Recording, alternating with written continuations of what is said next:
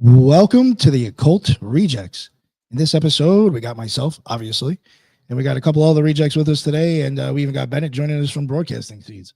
Today, I'll let everybody go around and introduce themselves. Lisa, what is going on? The Mad Scientist, how are you? How are you? I am excited. When you sent me the notification on the title, I was like, this is going to be a killer episode. Can't wait to No talk pun about intended. The government cheat killer. Yep.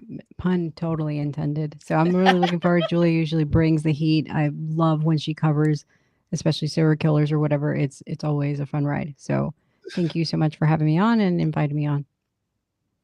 Oh, of course. Thank you. I'm glad you can make it. And we got Brooke joining us as well tonight. What is going on, Brooke? Hi, I'm happy to be here with the fellow rejects as well. I'm super excited to get into this topic. Yes, definitely should be something interesting. Just with the name, you're like, what the fuck? Awesome. And thank you very much for joining us. And we got Jules from Gray Pill Podcast. What is going on, my man? What's going on, man? What's up, everybody? Jules, the Gray Pill Podcast. You probably see me on here a lot. I'm more into the occult, esoteric realm of things, but I do love true crime and the parapolitical. So it's always fun to get in on these conversations. And I appreciate you inviting me, man. Y'all go find me on Patreon, patreon.com/graypillpodcast. You get a free sticker pack. And yeah. Awesome. Yeah, thank you very much for joining us. And for the other people who may not know who he is yet, I mean, even though he's been on the show a few times, he does cover occult stuff, and he does like specific topics. We've had him on for one of them. I highly suggest to go check out his channel. If you're into the occult, he does have stuff that's worthy of listening to. So thank you very much for joining us, Jules. I appreciate it. And we got Bennett from Broadcasting Seeds. What is going on, my man? I'm so happy you were able to join us. How is everybody? I appreciate you having me on.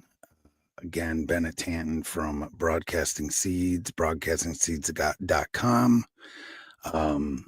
I pretty much talk about everything in the high strangeness realm and I would include true crime in that too, because some of that shit gets freaky. So yeah, I appreciate you having me on, and it's a pleasure to be here.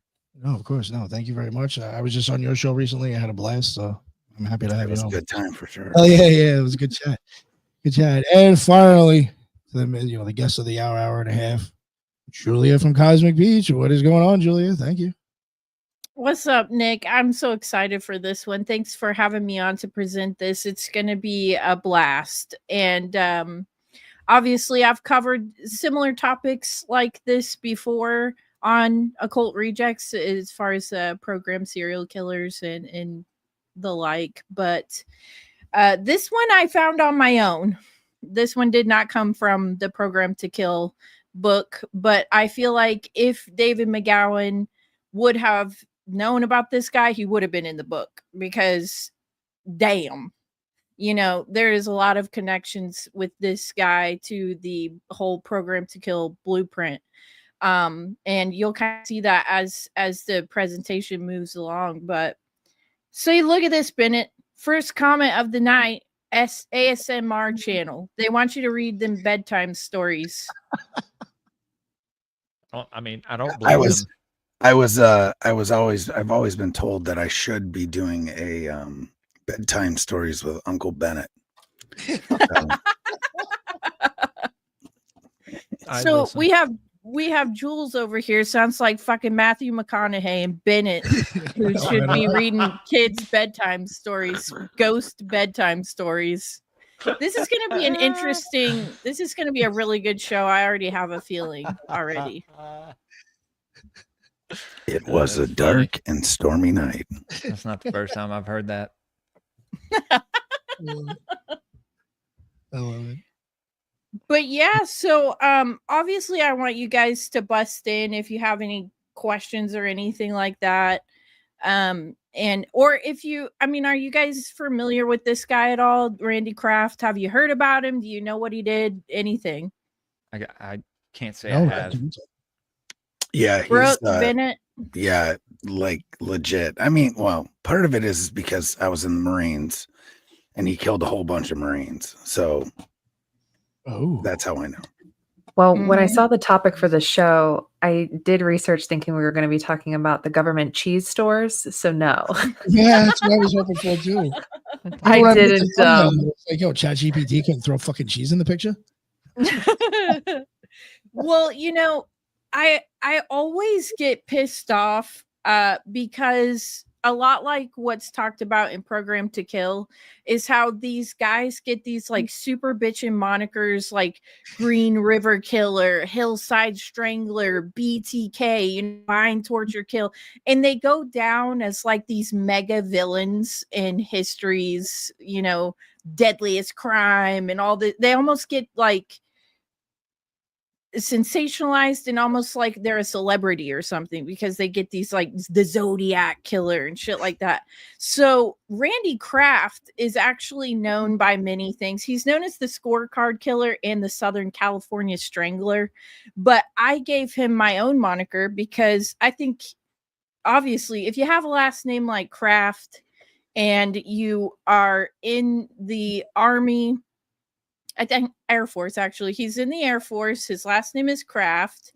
And he's a piece of human dog shit. And so he deserves to have a ridiculous moniker because he's a ridiculous person. And so I named him the Government Cheese Killer. Oh, that's awesome. Because, yeah, fuck this guy. He doesn't get to go down as like history's mega villain, in my opinion. He just doesn't. Like, some of the stuff it is so repulsive. It was hard for me to almost get through the research because it was turning my stomach like inside out. And I couldn't believe I had never heard of this guy before. You hear about all of like the top dogs like Jeffrey Dahmer, Ted Bundy, the Zodiac. Those are all infamous and everybody knows about them. But my husband was listening to this podcast the other day and they were talking about Randy Kraft and like all this stuff he did. And I was like, who the fuck is this guy? And then you look at his crimes and you're like, what the actual fuck is this? It deserves definitely its own episode. But at the end of this, I'm actually going to show you how he could have been possibly confused for like 3 other guys who were doing the same thing around the same time. And whether or not they knew about each other remains a mystery. But it just seems odd that 3 serial killers would be in the same area, perpetrating almost identical crimes to each other, all in the Southern California area, and not know about each other. It just seems a little bit too much for coincidence, in my opinion. But yeah, did you guys have any questions about this guy before we get started? I just want to say, I like that you gave him a crappy name to go with it because that kind of reminds me of BTK. He wanted to be called something cool. He wanted that notoriety, and you're right. They just don't deserve it. They don't, right? Thank you, Brooke. It's like you don't get to go down as like Bind, Torture, Kill. Did you see that guy? First off, his name is fucking Dennis. His name is Dennis, and he looks like one. Yeah, he does look like a Dennis, and he wore these fucking huge ass 80s dad glasses, and he like helped out at his church's youth group or something like that. If you saw Dennis Rader at Walmart, you'd be like, for sure he has like a Boy Scout camp somewhere that he runs. Like, he just looked like this totally upstanding, like nerd douchebag guy that, is your typical, common 80s dad. But no, he's Bind, Torture, Kill. Crazy shit, right? So I was gonna say, Julia, isn't it weird that like most of these notorious or infamous killers are from Southern California or Southern California-esque, or they visited Southern California, or they have some sort of association with Southern California? Yeah, Lisa's hitting it right on the head with that, because if you read Program to Kill, one of the things that he talks about is how just in California alone, like all of these serial killers, Charles Manson, the Zodiac Killer, Randy Kraft, Richard Ramirez. I mean, they all come out of California, and it is even documented that Ted Bundy flew to California for a considerable period of time when was doing something before he went back to Seattle and became the Ripper that we He was know. doing Mormon shit. Maybe he was doing something. He's a Mormon. I don't know if people know that. He had the complete backing support of his local Mormon church the first time he got arrested, and they all made fucking signs for him, and they said, "We love Ted," and they were outside the courthouse rubbing their fucking nipples to go, "Ted is a good guy. Ted is this." It's like, what are you talking about? He's literally a fucking rapist, murderer. It just kills me. It kills me. Like, you guys are supposed to have great intuition and be so close to the Lord, and you guys got Joseph Smith and all this shit going on. You're supposed to be all, intuitive, and you got literally a poster saying, "We love Ted." He probably raped and murdered 6 of your kids, and you got a sign outside the courthouse saying, "We love Ted." Like, that to me is how crazy all of this gets, because these people hide in plain sight, and I don't think that it's an accident. I think it's by design. They're master manipulators. They're highly functioning psychopaths. And I think that they are chosen because of this to be a part of these programs. Highly functioning psychopaths, narcissists, manipulative. Sure. You know what I mean? Like, you don't get chosen to be a part of the Program to Kill Academy if you're just like a normal guy who has a podcast and works for Progressive. You're not going to get chosen. Yeah, and that kind of leads into, like, how long were these people prepped before they started to commit these crimes? Like, were they kidnapped as children? Were they bred into it? And that goes into SRA and a whole nother, a whole nother topic. But yeah. Well, Jules, think of it like this. They set up all these gifted and talented programs at schools looking for something. Okay. They set up a lot of programs for young kids. Then they're clearly looking for something. They're organizing field trips. Like, there is a story about Jeffrey Dahmer going on a school field trip to Washington, and he makes some kind of anomalous phone call to who we don't know, and he is able to arrange a private tour of the White House for him and all of his student friends in his class. Like, who the fuck did he call, and how does he know somebody at the White House where he could call and arrange a private tour for him and his class? Nobody ever asked those questions.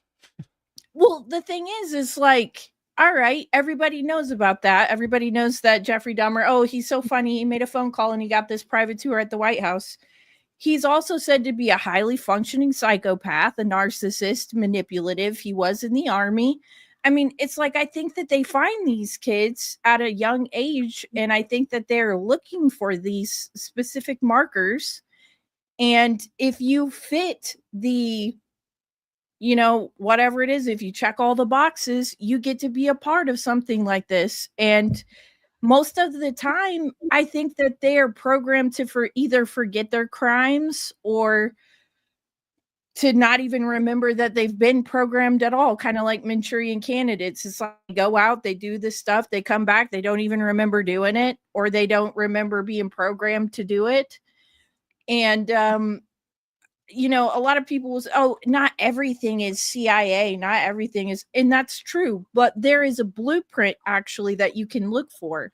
Not every serial killer meets that criteria, but the ones that do, it's too much in common to just be a coincidence. And this guy is one of them.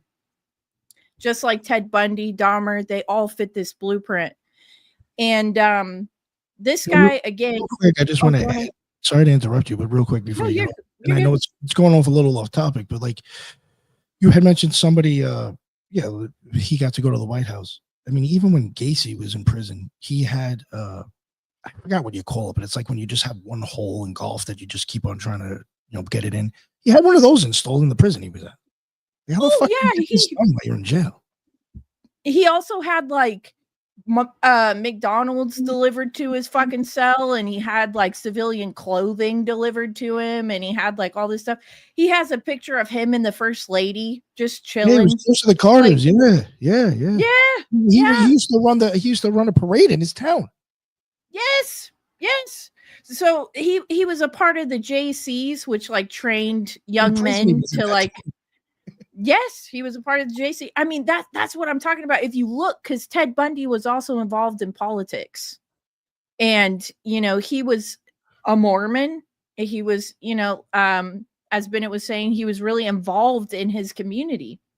And it made people think like, oh, he couldn't possibly be doing this stuff because he's such a stand-up guy. Look at him, he's great. And it's by design that these guys just blend right in, just like BTK. He's like helping out at his church and he's like, you know, whatever. So it's not an accident that these guys are master chameleons and they just kind of like, you know, blend into their surroundings. This guy, Randy Kraft, he was enrolled in the Reserve Officers Training Corps. And he was also involved in some kind of campaign rallies for Barry Goldwater in 1964. And he was also like really involved in supporting the Vietnam War. And that was like his first taste of like becoming political. And he actually ended up organizing campaign rallies for Robert F. Kennedy. And he got real tight with Robert F. Kennedy, and he got like some kind of letter of recognition or something from Robert F. Kennedy because he was helping him out so much with his campaign. So again, if you look for like the subtle clues in the background, they're always going to be there. Somehow political, somehow in a gifted and talented program at school, highly functioning psychopath, narcissist. It's like always hidden somewhere in there. And if you look hard enough, you'll find it. So a lot like Jeffrey Dahmer and Ted Bundy, Randy Kraft also seems to be able to elude police officers multiple times or downright just get away with shit, get arrested and get almost no bail, a very small bail, or not arrested at all. Like how, like, that has to be another part of the blueprint is how can you keep getting arrested? How can you keep getting in trouble for the same bullshit over and over again and nothing ever happened to you? Like in the case of Jeffrey Dahmer, he had victims that actually got returned back to him by police officers. Yo, that was the craziest. That story, it's like, come on. This guy did too.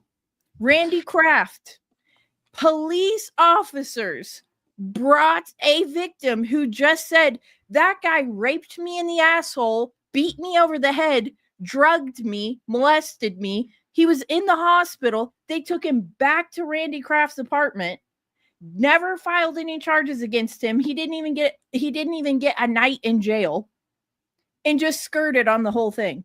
That was his first victim. So again, if you look at this stuff, it's too much to be a coincidence. Like, how does Jeffrey Dahmer and this guy, who have so much in common from their past, end up getting victims returned to them? No jail time. They elude police at every stop. I mean, another common thing I've noticed too, this could maybe just be happens, just coincidental, but you will also get a lot of people where it's like, if they would have gone to jail either for the right amount of time for the first crime they committed or things that they should have gotten arrested for to begin with, all this other shit never would have happened. Dude. Like Bundy, Gacy, and this guy. If they would have gotten caught, or Gacy would have stayed in jail as long as he would have, supposed to have had first time, he wouldn't have killed all those other motherfuckers. And Charles Manson, the same thing happened with him. He was arrested and let go a lot. Yeah. I mean, why? These guys, many of these serial killer guys, right? The folk, they just, what ends up happening is that they're nice, clean cut guys, right? And it's all a persona, literally a dual personality, right? And most of them are highly intelligent, and they do this stuff to just cover it up, and they end up getting into positions where they wield influence. That's part of the reason they get into politics, right? I mean, they literally, mold themselves into high functioning, organized killers. Cause that's the one thing about Kraft is he's so organized. Well, all of them, Dahmer, Bundy. So they're able to get away with it for so long. You know, they're polished, intelligent, well integrated into society, all that stuff. Respectable. They put that respectable mask on. And sometimes they even, you know, I feel like they go out of their way to even pick kind of attractive people, because you do hear about, like, there's one that I really want to talk to you guys about in a future episode. His name is Rodney Alcala. He's also known as the dating game killer. And they made a movie about him on Netflix. It's called The Woman of the Hour, and it talks about his crimes and stuff. What they won't tell you in that movie, though, or any Netflix documentary, is this guy is also definitely fits the blueprint for Program to Kill. But he's a good fucking looking guy. He's like a Farrah Fawcett haircutted fucking freak strangler. And if you saw the guy, you would definitely be interested in him. Like, some people talk about Ted Bundy was attractive. Rodney Alcala was like a Native American guy or something like that. He had like real dark hair, you know, tall, dark, and handsome. Ended up fucking raping and murdering 130 women.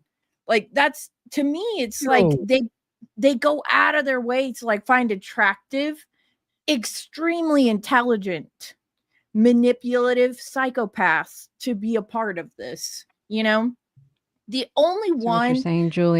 What you're saying, Julia, is that them and the pharmaceutical reps also look for attractive people to run a con. 100. The pharmaceutical reps are horrible for that shit. Yeah. They'll send like a girl with their tits half out pretty much up into a place to literally just wearing pasties and like handful of pills. And the thing that always, Chick-fil-A. I love Chick-fil-A.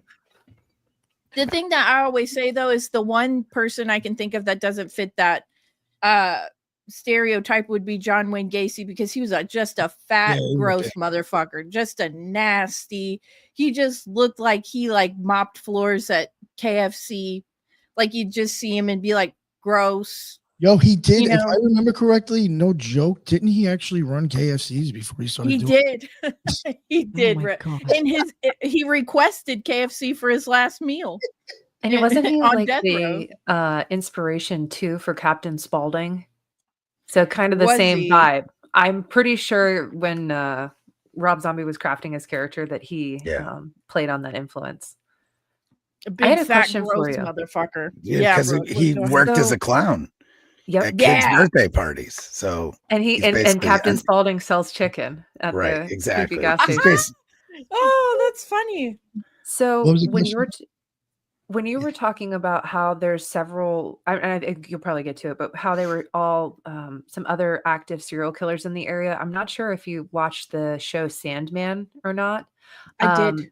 But okay, so basically there's this convention of serial killers that all come together once a year, and they break off into mini groups, like depending on if they're like religious killers or people who poison or go for organs. They like break off. And so when you said that, and you said they could be working together, my mind went there. And I know in the past on the Rejects, you guys have talked about potentially a serial killer ring in the United States. I think that's incredibly possible that they could have been in some facet aware of what one another was doing.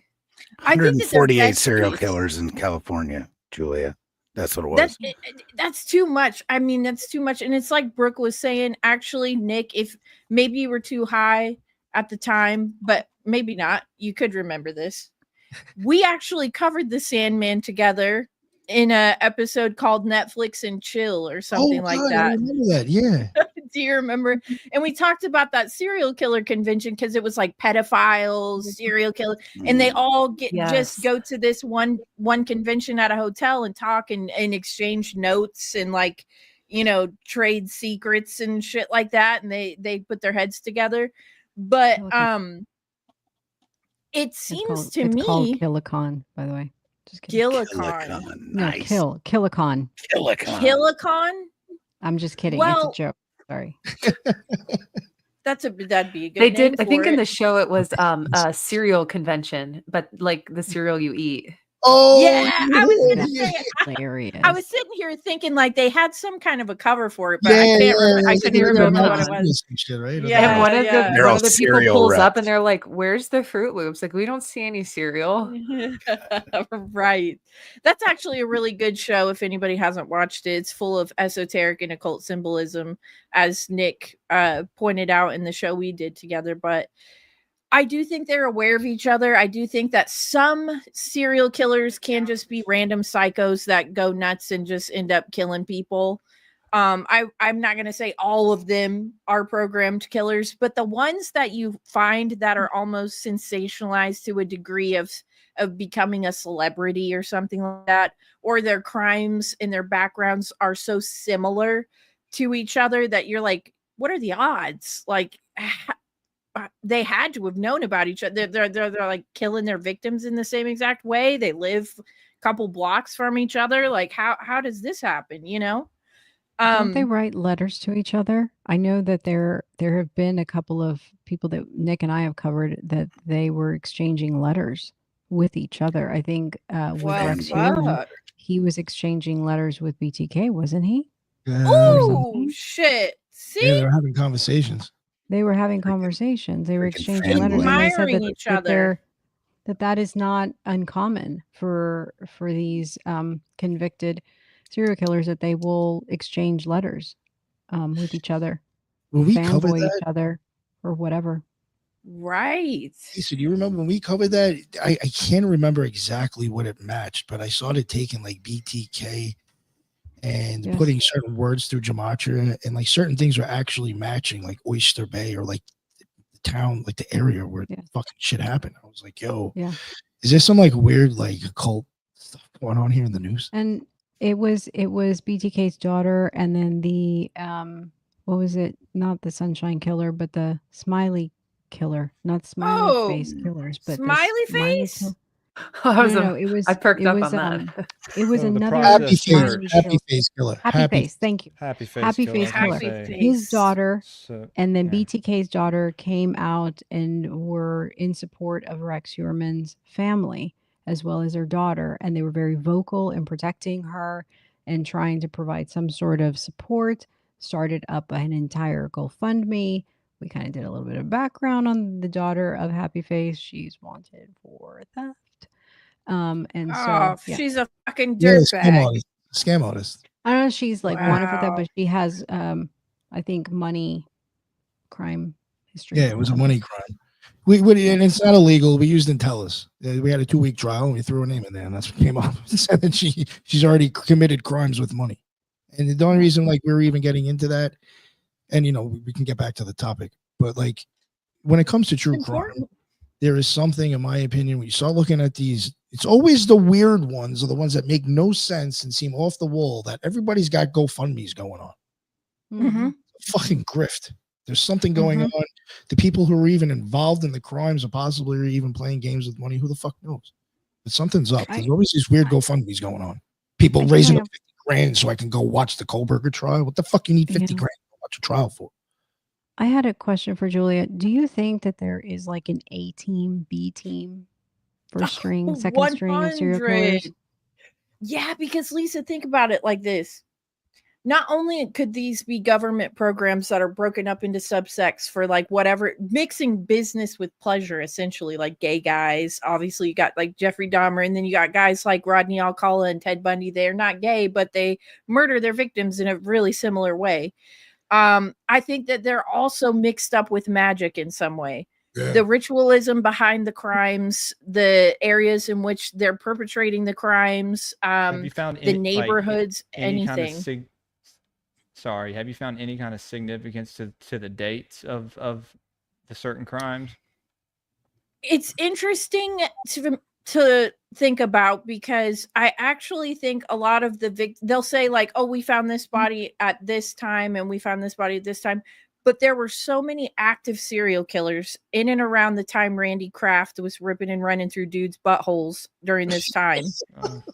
That I don't know who killed who. There was too many. It's like there's like 80 victims and 3 serial killers, and they can't tell who the fuck did what. And it's like, obviously this is significant in some way because they're murdering in clusters around the same time, all 3 of them in the same exact way. Like, how? And they're still finding people, like DNA evidence and shit. They're still tying it to like cold cases to this guy. So yes, just nuts. yes. So he actually joined the United States Air Force, and he was stationed at Edwards Air Force Base, which is also the same Air Force Base where a lot of the Laurel Canyon cast of characters came out of. Edwards Air Force Base also, so he was supposed to be a supervisor of teaching people how to paint test planes. That's what he was supposed, that was his official job title, is supervising the painting of test planes. And he became an airman first class, but they found out that he was gay, and they released him on medical grounds, quote unquote, which you know, on surface level, you'd say, oh, well, that might have been common back in the 60s. To get to, you know, released on medical grounds for being gay. But in my opinion, they don't let somebody like this just go. He's too valuable, obviously. So maybe the cover is we let him go on the medical grounds, but he just got repurposed in some, you know, unclassified, you know, program to kill type academy thing, because he had a genius IQ. And after they dismissed him from the Air Force, he found employment for the aerospace program. So, I mean, a lot of the victims that they say he killed were all around his business trips, traveling around for the aerospace program.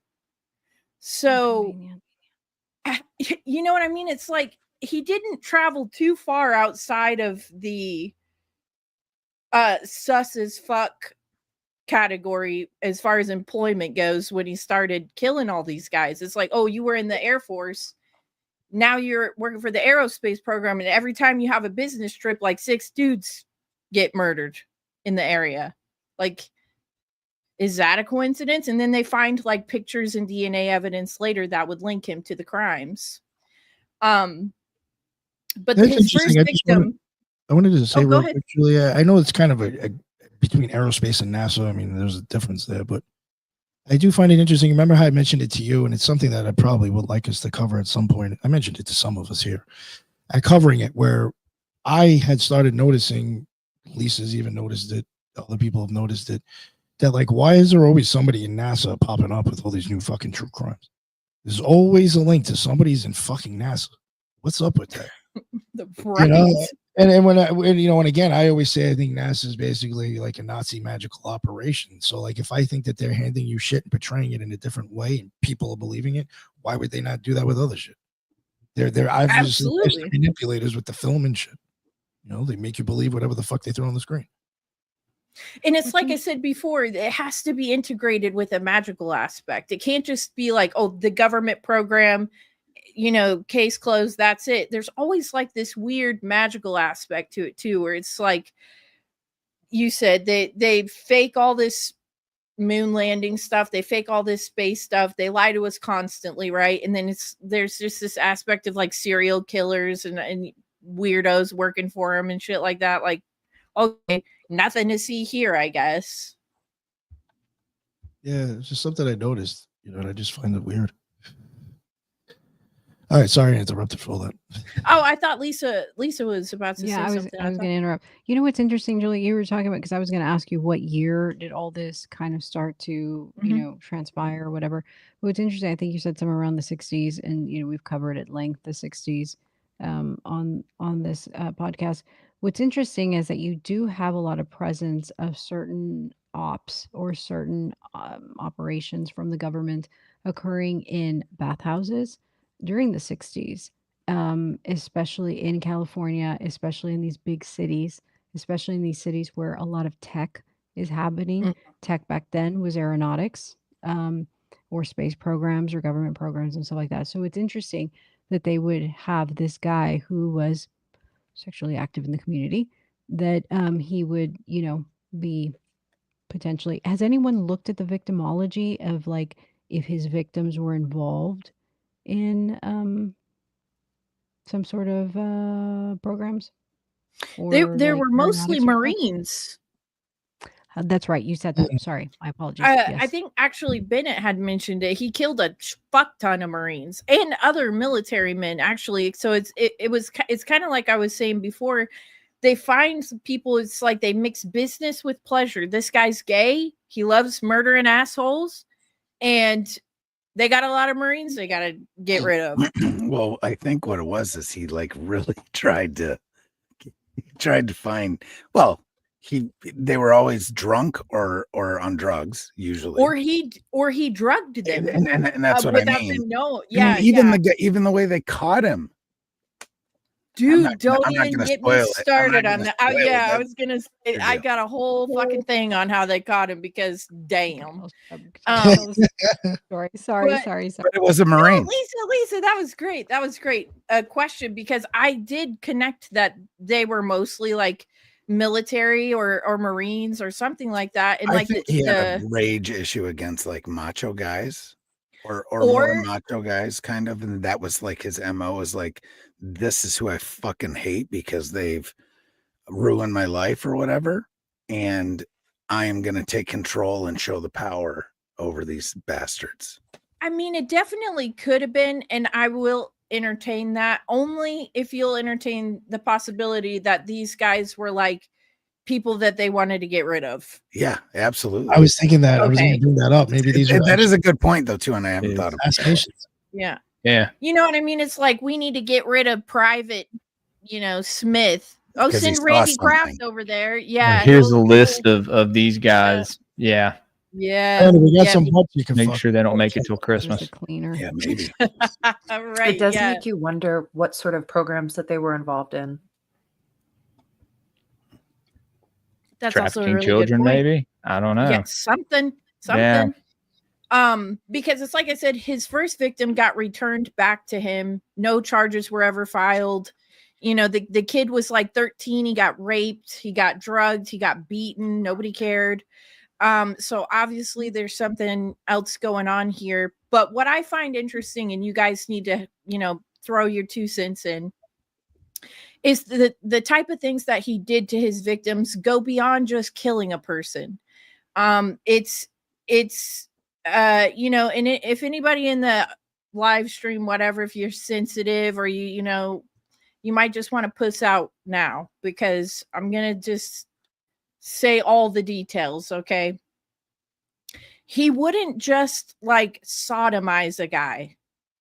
He would sodomize a guy, but then he would like cut their dick and their ball bag off while they were still alive. He would make sure that they were still alive for all of it. Sometimes he would take their dick and ball bag and then shove it up their ass. Sometimes he would take his car lighter out of his car and burn their nipples off and burn their eyeballs out. So he would shove dirt. Dude, I was just going to ask, what was he sodomizing them with? Like his penis? He did. Yeah. I mean, he did rape them. Sometimes it was just more about the kill. Because they found like ballpoint pins inserted into their penises. They found a bunch of them decapitated. They found a bunch of victims that were just in pieces and parts. And it's like, this goes beyond just like killing a guy. Yeah. To rip somebody's dick and ball bag off, put it in their ass, and then like burn their eyeballs out with a car cigarette lighter. This goes beyond just killing someone. Well, it sounds like some of the torture methods that they used back in like antiquity or ancient times. So maybe it is some ancient, like some dark spirit that is not only taking them over, but being like invoked to take them. Like he's being whoever it is just being groomed to be a vessel for a particular entity. Well, Jules, have you ever heard this saying, like, what would possess someone to do that? I don't know. Why do we use that terminology? What would possess someone to do something like that. I don't know, a demon maybe, like, or something. They've tapped into something, obviously, that there's a dark passenger driving, like they say in Dexter. Because the average person is not thinking to do this. Well, And some people might say that they have kind of trained these people to switch on their shadow self, to switch on their dweller, right? To where they can immediately just change consciousnesses. But it's them, it's just their deep dark subconscious, right? yeah, I think that's part of why they have to break you down in the programming, is so they can It breaks that down. something Yeah. else something else has to get inserted in there. Yeah. Julie, Something else has where to was- take over. Where was he doing most of his work? So the reason they called him the freeway strangler is because they never knew where he was doing this, but he always dumped his body on the side of the freeway. So they didn't know if he was killing him in his car, if he was taking him back to his apartment and killing him and then dumping him. But all the victims were found either in Portland when he was on a business trip, Seattle when he was on a business trip, or Southern California, all by the freeway. And all that they started to put things together because he finally found his signature, which was after he raped him, murdered him, dismembered him, whatever. He would take one of the victim's socks, ball it up, and put it in their beehole. Oh. And that was his signature. Every time they found a body with a balled up sock in their beehole, That's a weird. they started realizing that these victims could be connected. And the only thing that they could think of a reason why he would be doing this is they said, well, the killer must have military background, because in the military they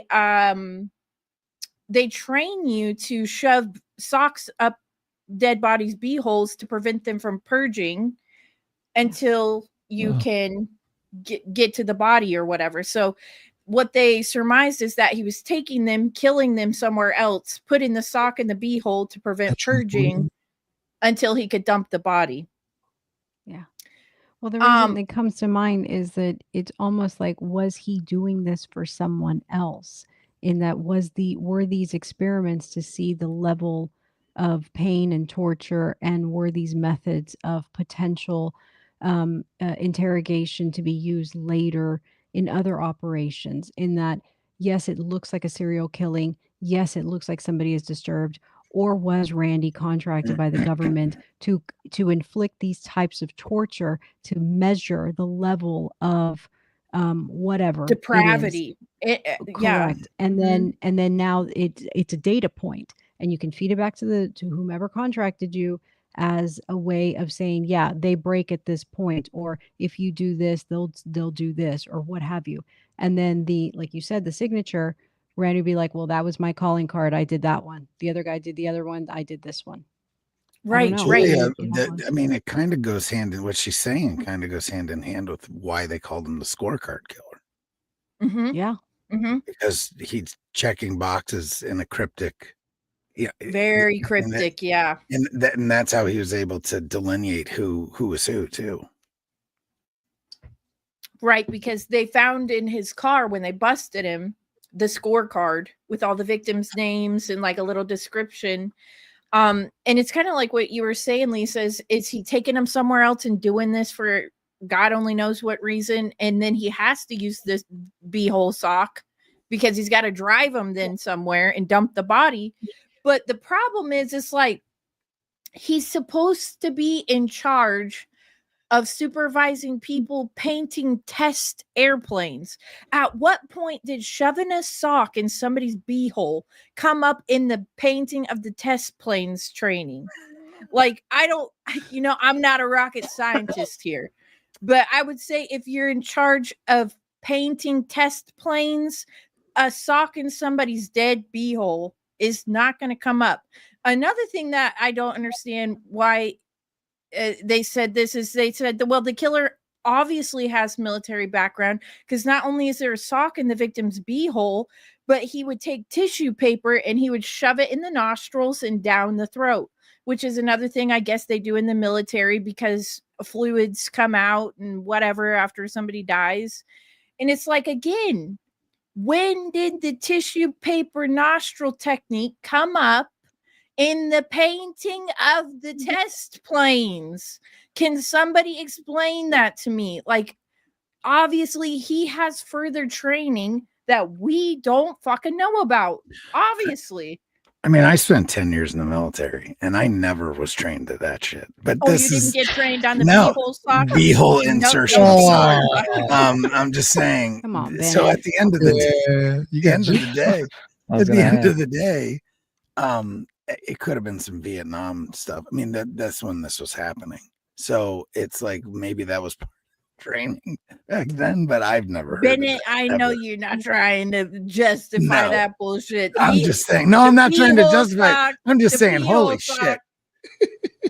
But You know, Bennett, I mean, I is put a it- sock in my butthole when it's too hot outside. So I Oh my mean, God. It works better collects than the Imodium. moisture. Yeah. Bennett, No, I'm just kidding. I isn't don't do some that. of these paints on any of the military planes Nobody clicked considered that. highly classified? Yeah, well, not yeah. I mean, even back then, yeah. I guess you had a plane They were like the extremely SR-71. classified. You had, especially now, but not so much back then. But maybe, But especially like in that area, you had the SR-71 Blackbird and the other one, the other spy plane, the big. It's like something 50. Oh, the Yeah, whatever. Either all- way, all- they had radar reflecting paint. yes, So yes, and most of that stuff was patented and highly classified. yeah, And not anybody could handle that type of paint because they so- would have to pass a clearance in order to handle that type of paint. good point. Great because point. of extreme class. Like we were the only country that had the patent for a while on some of the reflective paint to evade radar detection, didn't we? Yeah, for sure. Well, we still do. I mean, they're like they don't even know. Like the F-22, they have no idea what it's coated with. Zero. Nobody. Right. And we won't sell it to anybody either. So Correct. nobody's And got it's weightless because Yep. every single paint has a certain weight. And that's thing the shit we has- know about. Yeah. The shit we don't know about, who even fucking knows, frankly. I mean, people have to understand the F-22s. It's almost a 30-year-old plane in the grand scheme of things. And it's far and beyond anything anyone else has. So So wouldn't he have that's not even- clearance then? probably, I mean, if he's painting, I guess it depends Just on what tell me when the fucking beehole sock comes in. That's yeah, all. I've never heard that in my life. And I'm telling you the God's honest truth. Never heard that shit in my life. Where'd she go? I'm gonna have to do a deep dive into butthole socks now. Yeah, I don't know what I'm gonna find, because but I'm actually writing it down right now all right. because I've never heard of that. Well, I just find Yeah, it interesting too that all of this is happening in the 60s, right around the time that MK Ultra is happening, and Charles Right. Manson is running around, getting out of jail, working with the CIA. It's just Yes. interesting timing. And she Mhm. hit the nail on the head with Laurel Canyon. I wrote that down Mhm. because I was like, I wonder if there's some sort of a connection there. Yeah. You know what I was wondering, and I was going to ask you, Lisa, because I know this is something that me and you have, kind of researched but never covered. Do you think it's quite possible that they had to voice the skull stuff then? Yes. Because I do think that's actually being used now. to Well, make, I mean, killers. remember when we covered the whole Esalen thing and we started to look at some of these scientists from UCLA, Harvard, Stanford, and all that? This was popping off late 50s, early 60s. And this was the psychological angle.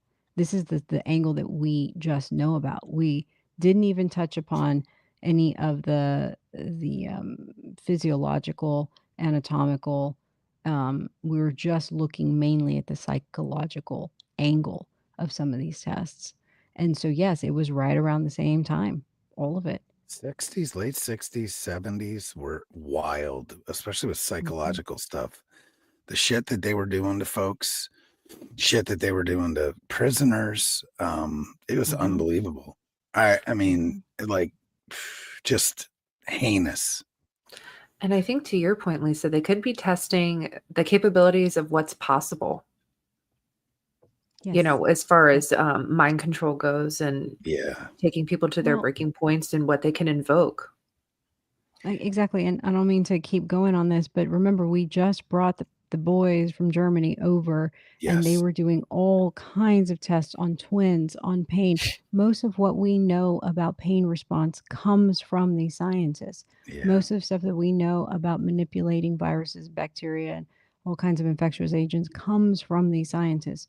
So who's to say that we're not employing the B team or the A team of Program to Kill to see what's happening, you know, what can happen on X, Y, I and think Z. of the things. A team is this group that we're talking about right here that came out of the 60s, because it was like Brooke was saying, Randy Kraft was at Edwards Air Force Base at the same time, like Frank Zappa's dad and like all these assholes' parents were there.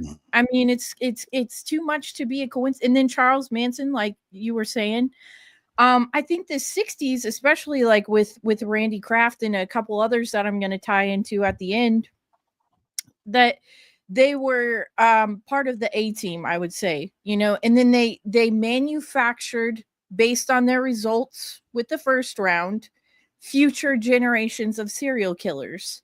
So I would say that Jeffrey Dahmer is probably like B team, because he was like in the 80s or 90s, something like that. So he's later on, they've perfected it a little bit more.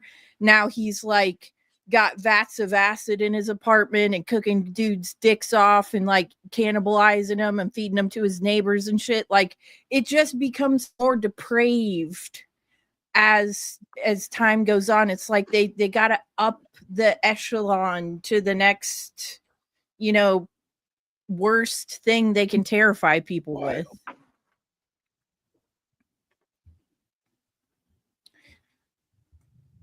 Jules, did you have something you wanted to? I thought I saw a comment on the side there. Did you have something you wanted to touch on? No. I Oh. was just I was apologizing, Nick. I was laughing for a minute. My audience has been making sexual remarks at me, and Do they want to put it's starting to socks make me in your uncomfortable. beehole? No, Yeah. they want me to put stickers on my nipples, and because I've done it before, so it's not happening, I guys. mean, Sorry. as long as Scott, you don't put Q. a sock in your beehole. Yeah, we're not doing that either. I think they're talking about doing that to each other. I don't know. Like I said, I can't control what these guys say. They're insane. Oh, and then here's Joey Poopbags here now. Okay. All right. Well, Awesome. Well, so no. I did want to I wanted to just give one other example of a time where they found a victim and they basically let him totally off the hook for it. He abducted two cousins, two male cousins. He let one of them go, and the other one he kept overnight. And the next morning, they found this guy's decapitated head in a jetty somewhere nearby where he picked these two guys up. And the cousin said, I can identify the car. I can identify the guy. I can tell you all about it. He drugged us. He was weird. He threw me out of the car. He took my cousin. I don't know what happened to him. The police brought him in for questioning. He admitted picking both of them up. He said, yeah, I was with him last night, but I dropped him off at home and I don't know what happened to him after that. And the police were like, well, that's funny because we just found his fucking decapitated head right nearby where you picked the guy up. And he's like, yeah, well, it wasn't me. No further questions, no further investigating, nothing. They just let him walk right out of the police station. Literally, the guy's cousin said, this is the guy who picked us up. He drugged us. He tossed me out of a car. He took my cousin. Now my cousin's decapitated and he has a sock in his beehole. And nothing. They do nothing. Like it's crazy to me how many times this guy looked police officers in the face and just was able to walk right back out of the police station. no consequences. Wow. And he went on to murder another like 50, 60 guys after that. If they would have busted him on that murder, he could have saved 60 men's lives. Well, that's kind of like Epstein. Okay, when he got arrested down in Florida, and he basically got that sweetheart deal where he was running the jail down there for a little while. When pressed about it, the Attorney General of Florida at the time just said it was above his pay grade and that there was nothing that he could do.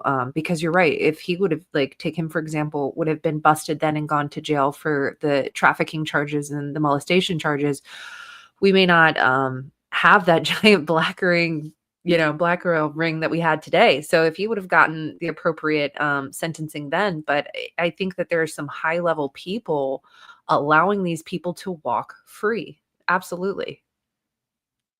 I mean, and to me, it's like, how do you justify that the cousin who saw this man was in the car with him, said that he drugged us and pushed me out of the car while it was going down the highway, and now my cousin's head's decapitated off and he's got a sock in his asshole?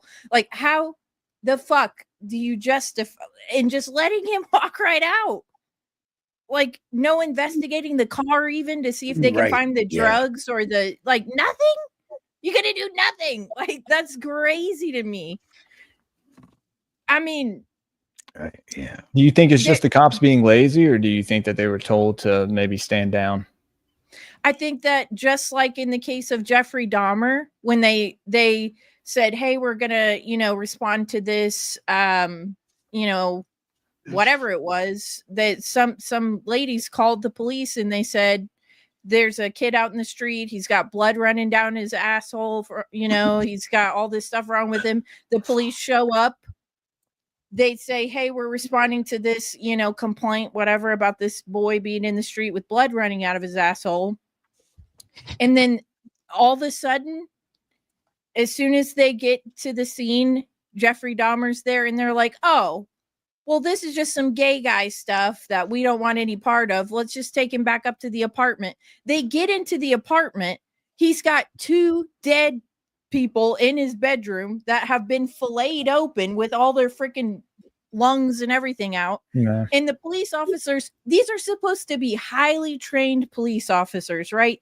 You gonna tell me they don't smell that with the second he opens his apartment door? What did they open the door and go, oh, this is what fucking gay sex smells like? Just fucking leave him here and let's go. Like, are you serious? There's 2 dead bodies in the next room and they let this kid sit in there. It's too much. He drilled a hole in his brain and put acid in it after the police left. You took my joke. Really? I was gonna say.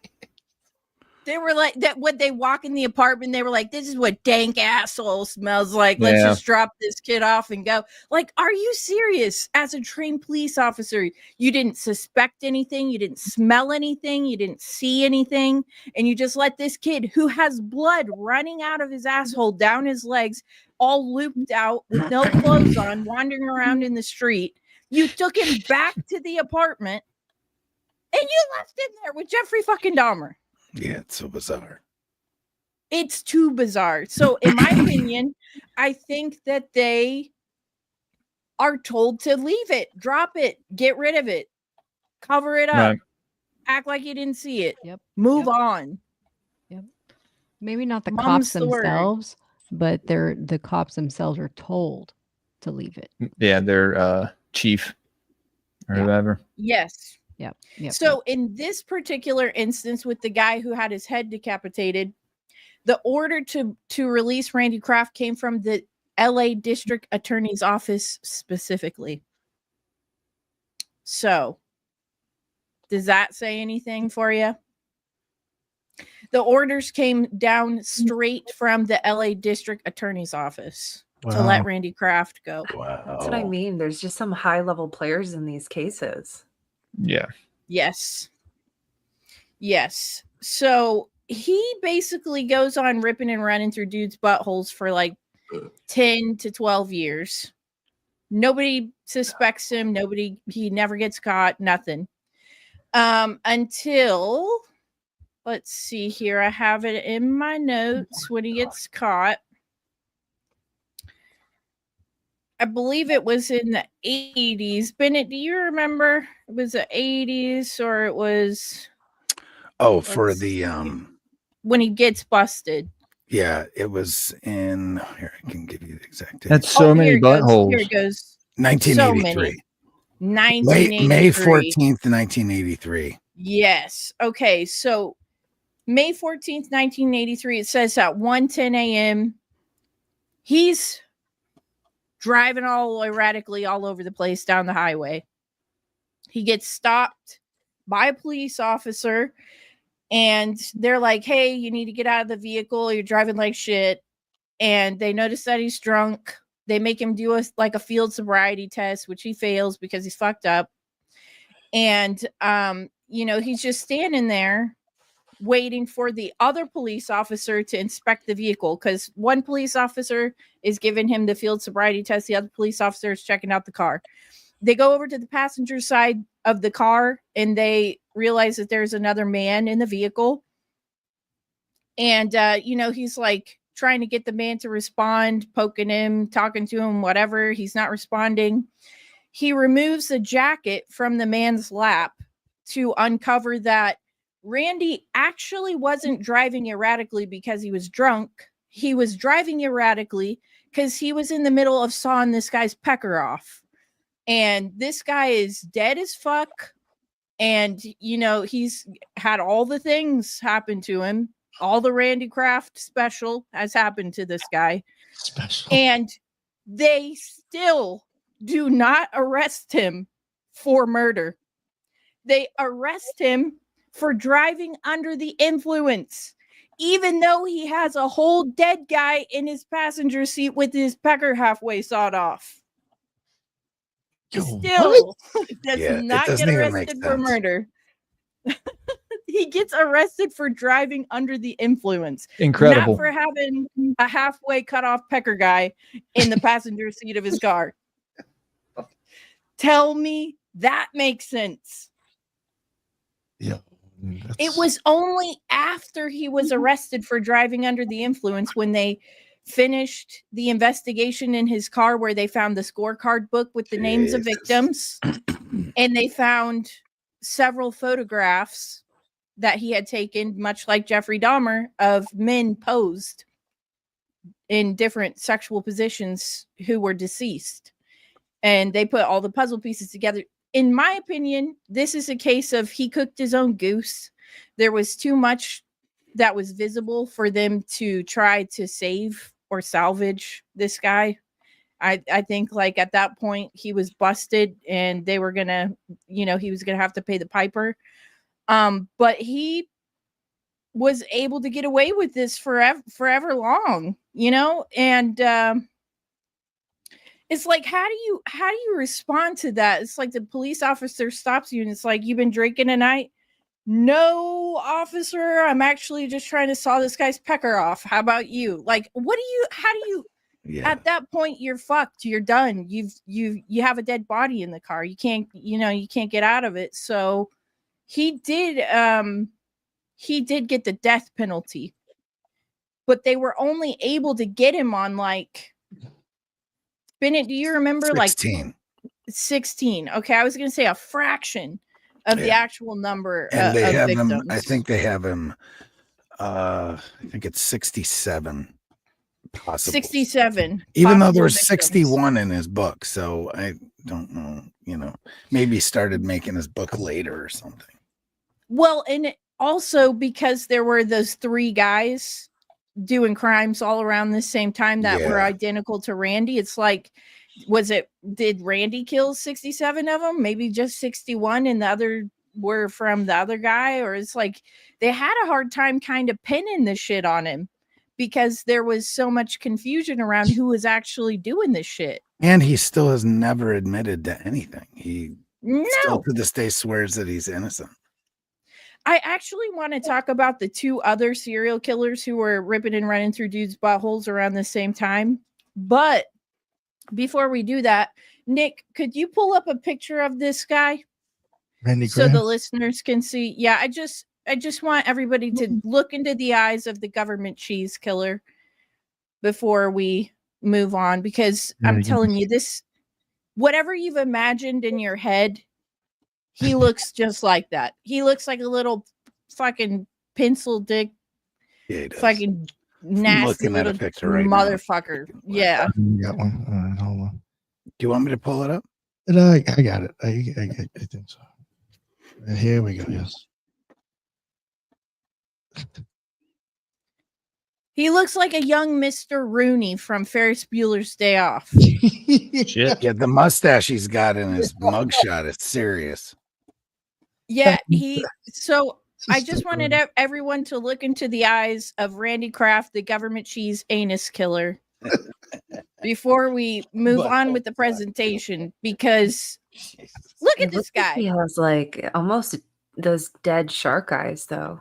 His eyes just seem really dead.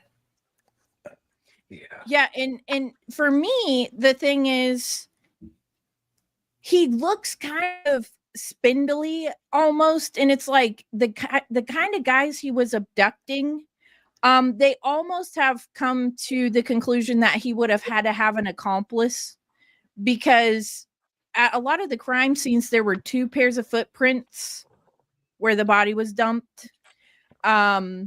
There have been semen analysis that don't match him, so either somebody else killed him, but he has pictures of them, so he was there. So they're thinking that he actually might have had an accomplice for all of this, in which case I would say a lot of people think that the Son of Sam was multiple assailants. A lot of people think the Zodiac Killer was multiple assailants. A lot of people so Randy Kraft, government cheese anus killer, could have been in cahoots with someone.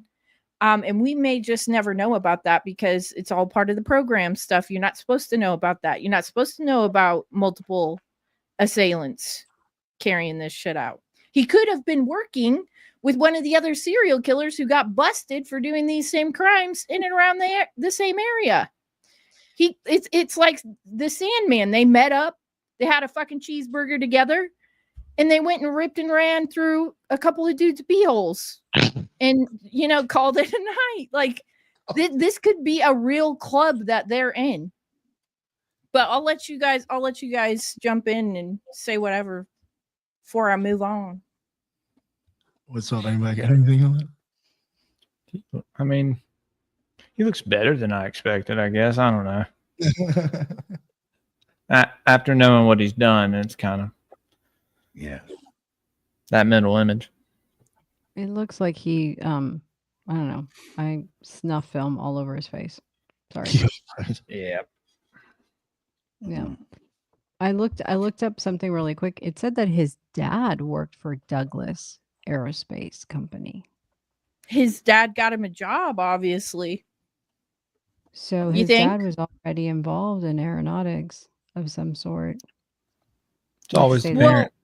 But I've said that I think actually Jeffrey Dahmer's dad helped him out a lot, because his dad was a scientist doing something. His dad got him into taxidermy, and nobody can figure out how this guy, Jeffrey Dahmer, who had no car, was able to get a 5-gallon drum of acid into his apartment, which was on the 2nd floor, no elevator, with no help. And where did he get it from? So, I mean, I think that his dad was helping him the entire time. Who taught him about dissolving bones into a big drum of acid and stuff like that? I don't know, maybe a scientist guy. His dad was always his fucking cheerleader throughout the whole trial. Every interview, his dad was there. His dad was a chemistry guy, wasn't he? Yeah. Lisa, you would know. I mean, it's like, if that's what you're into and your son's a serial killer, would you not have some aspect of like influence over how he perpetrated the crimes? I mean, to me, it looks like, go ahead. Or, like whenever we talk about the Laurel Canyon kids, their parents were in the military and they were serving the country, doing these songs and influencing culture and what have you, right? Who's to say that these scientists They don't all have to work at a military base. They could have had private contracts in their university, that the respective universities that they worked at, and then they were employing their kids, kind of, following in daddy's footsteps, just like the Laurel Canyon kids did. Who's to say Yes. that's not supposed to happen? Yeah. 100. I'm actually going to close this window right here because the sun is getting in my eyeball. Hang on a second. Well, and I'm really excited to kind of hear more about the other serial killers that could have potentially been helping him, because I think even with Son of Sam, I think we give these guys way too much credit for them to be just working alone. Yes. Well, yeah, like, What do you well, not to go back to the show, but like Sandman, like they were like exchanging business cards, like, hey, let's work together. Yeah. Like it was like that whole creepy ass network, It's just Yeah. like, I mean, then you find out that he was tied into the Process Church as well. yeah, right. That he talks about it, and it's like you find out who else is tied to the Process Church. It's a huge network, and it ties into the Temple of Set, of course, and Michael Aquino. I think so many of us know that the places of power are controlled by some fucked up people, right? I mean, Right. That's pretty evident. I think all of us here have seen behind that curtain, and this just kind of is one of those things. Like, I mean, how many times, Julia, did he get? There was multiple reports of him getting pulled over with bodies in the car and them not even searching the car or whatever, because, and I'm sorry, but you can only act normal and like, oh, yes, officer, so many times. I mean, But I and think it look was at like the guy. 5 or 6 times. Yeah, Like, and you pull a guy over with a mustache like that, and it smells like dead beehole in the car, and you telling me like nobody ever thought, just like Jeffrey Dahmer's apartment, it's like nobody smelled anything, nobody saw anything. It's like as a police officer, are you not trained to like use all your 5 senses to like pick up on shit? Like, is every police officer really just that incompetent, or is there something going on with this guy? So just to say this as well, sorry, I don't want to cut anybody off, but I was also a cop. So were you? There's no, but don't judge me. Too late. But at the end of the day, like this is like policing 101.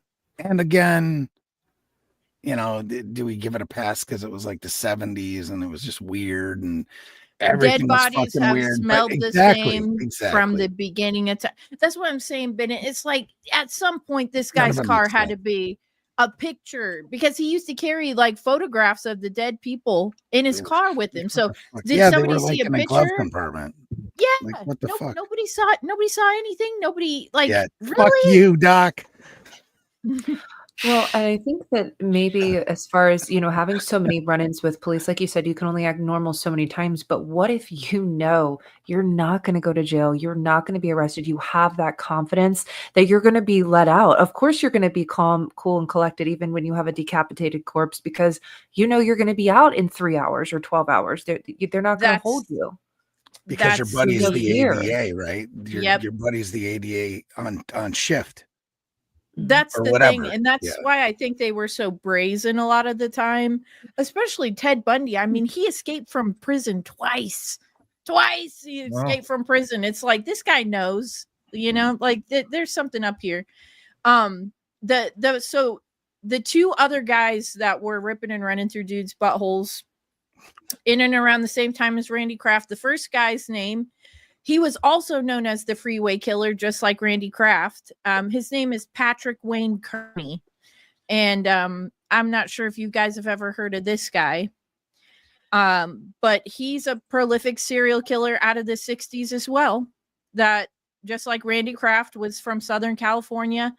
And he murdered by disemboweling, and cutting his victims' hearts and lungs out. And he's known to have killed at least 28 young men in this way. He raped them, and then he would dismember them, disembowel them. And just like Randy Kraft, it's like, how do you tell? And then he would dump them on the side of the freeway.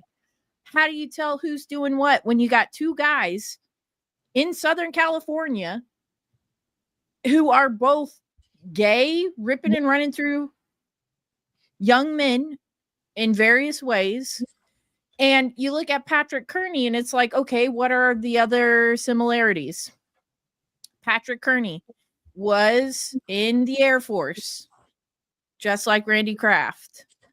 Patrick Kearney was highly intelligent, and he spent a lot of time stationed at some type of Air Force base in Texas, where he became best friends with Lee Harvey Oswald. I can't make this shit up, you guys. Of course he did.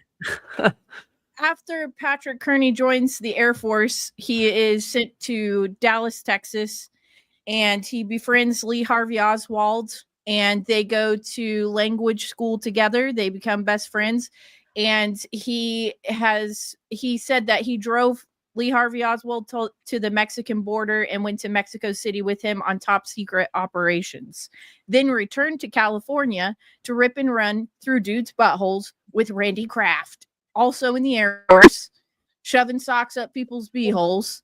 And it's like, okay, what are some other weird things about Patrick Kearney that fit the program to kill blueprint? When he returned to California, before he started his murder spree, he bought a yellow Volkswagen Beetle that he used to pick up all of his victims, just like fucking Ted Bundy. So it's like, come on, you guys. Is that just the murder vehicle? That's just so random. He's friends with Lee Harvey Oswald. He's in the Air Force. He's ripping and running through dudes' buttholes. He has a yellow Volkswagen Beetle, just like Ted Bundy. I mean, he's just checking all the boxes. Literally. So he was also a necrophile, something that Randy Kraft did not do, that Patrick Kearney was involved with. But much like Ted Bundy, he was into necrophilia. And it's kind of like I said at the beginning of this episode, you got to understand that there's like this governmental program aspect of it, but there's also a lot of ritualism. And I think that there's a lot of ritualism in the way that they killed their victims. I think there's a lot of ritualism in necrophilia, in a lot of the, like, taking the hearts out of the victims, you know, doing this stuff. It's significant to them. And, you know, just the fact that he's documented as being friends with Lee Harvey Oswald, it should bother people, you know, because this guy was getting away with it for a really long time, just like Randy Kraft was. And they couldn't even tell the victims apart. They were so similar. Tell me these two didn't know about each other. They had to have. And then in 1968, the third guy pops up, and his name is William Bonin. And he was also referred to as the Freeway Killer. So Randy Kraft, Patrick Kearney, and William Bonin were all known as the Freeway Killer. They all were raping and torturing and murdering boys in Southern California. And he confessed to 21 murders. And he was also specifically in the Air Force around the same time Patrick Kearney and Randy Kraft were in Southern California, perpetrating almost identical crimes as each other, and was able to get away with it from 1968 until 1980. So, I mean, you guys, it's too much. It's too much. What are your thoughts on this so far? Yeah, it is almost like too much to be coincidence, you know. It's freaking wild. I'm surprised I've never heard of them. Yeah. All three of them, or one in just particular? Just the main guy, but I mean, yeah, all three of them. Even looking into serial killers, he's never crossed my path. So, well, out of this Southern California area, the Golden State Killer, also military, right? Southern California. There was a guy named Lonnie David Franklin Jr., known as the Grim Sleeper, also military. He started murdering in and around 1985. Richard Ramirez. do you guys know about the military connection with Richard Ramirez? I didn't. Okay, let me tell you what I found. What'd you say, Nick?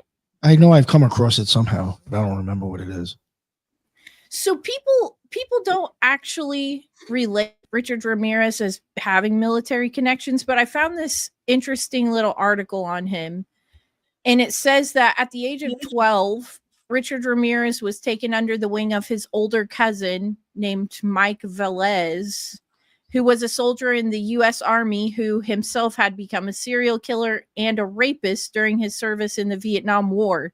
And Velez often boasted of committing gruesome war crimes in Vietnam and shared Polaroid photos with young Ramirez, showing Vietnamese women who he had raped, murdered, dismembered, and decapitated. So, in my opinion, he has military-esque connections, right? Because his role model, his older cousin, Miguel Mike Velez, was in the U.S. Army during Laurel Canyon, right? Vietnam shit. Dismembering, disemboweling, and decapitating women's heads off. And this is who Richard Ramirez grew up as his role model. So to me, that counts. That's like a subsect of the Program to Kill Academy. It's weird stuff. Julia, if I may. Yes, Sorry. go ahead. Really quickly, in that you talked about how these three men, were they all Air Force? Yes, all three. So we have the Air Force being created in 1947.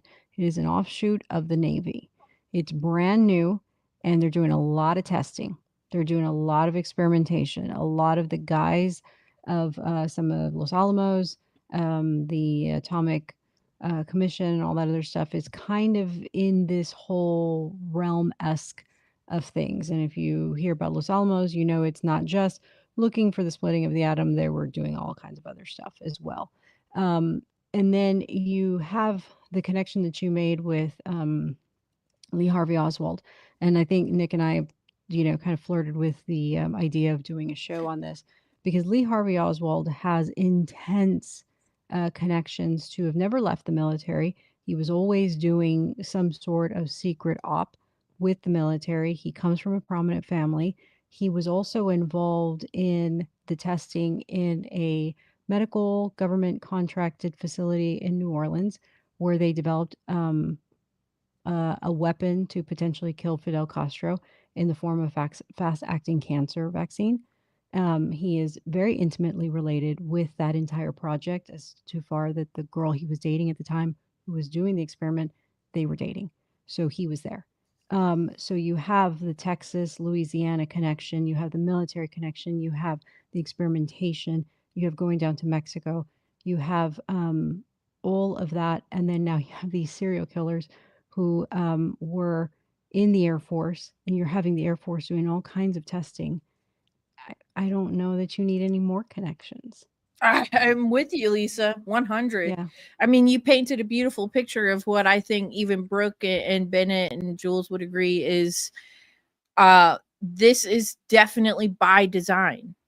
This is an experiment. They're figuring shit out, right? It's all part of this Laurel Canyon-esque era. And I think that the music scene and the serial killer scene were projects that they were interested in pursuing during this time. They were the training wheels for what was to come. I mean, look at how serial killers and how music has changed since then. It's like they just it gets worse with time. It doesn't get better, I wish the CIA would come back and fix some shit up. I'm so fucking sick of like Lady Gaga and stuff like that. Like bring back like the Laurel Canyon Jim Morrison shit. We need better psyops. Yeah. Because since 89, the amount of serial killers has just gone straight down.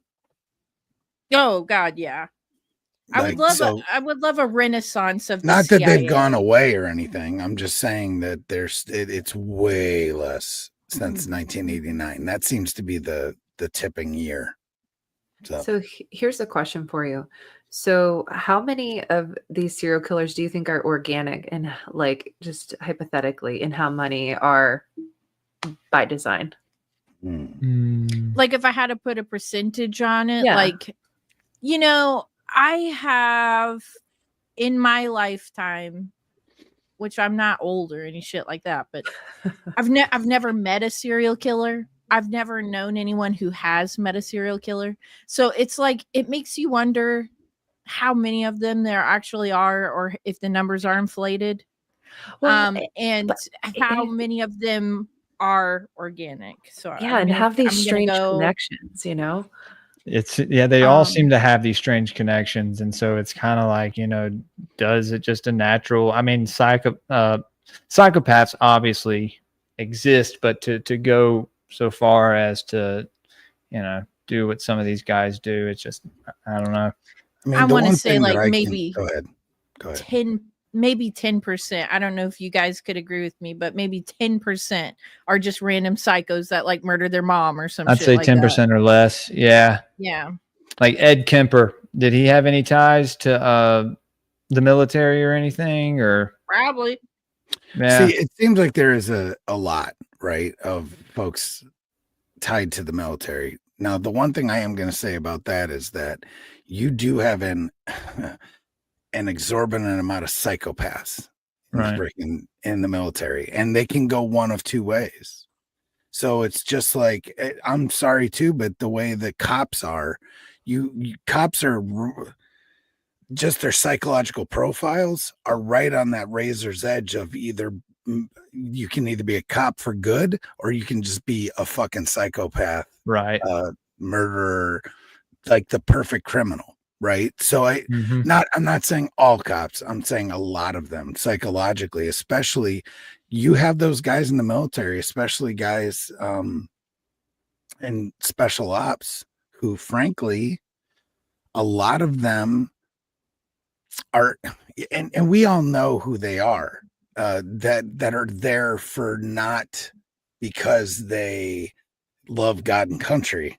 They're there because of clout, or because they frankly want to kill people, or everyone that's been in the military knows one of those guys. So it's like, so do those psychopaths just live, and then if they go to war and get broken by shit that they have to do or whatever, does that just exacerbate things? Who knows? I don't know.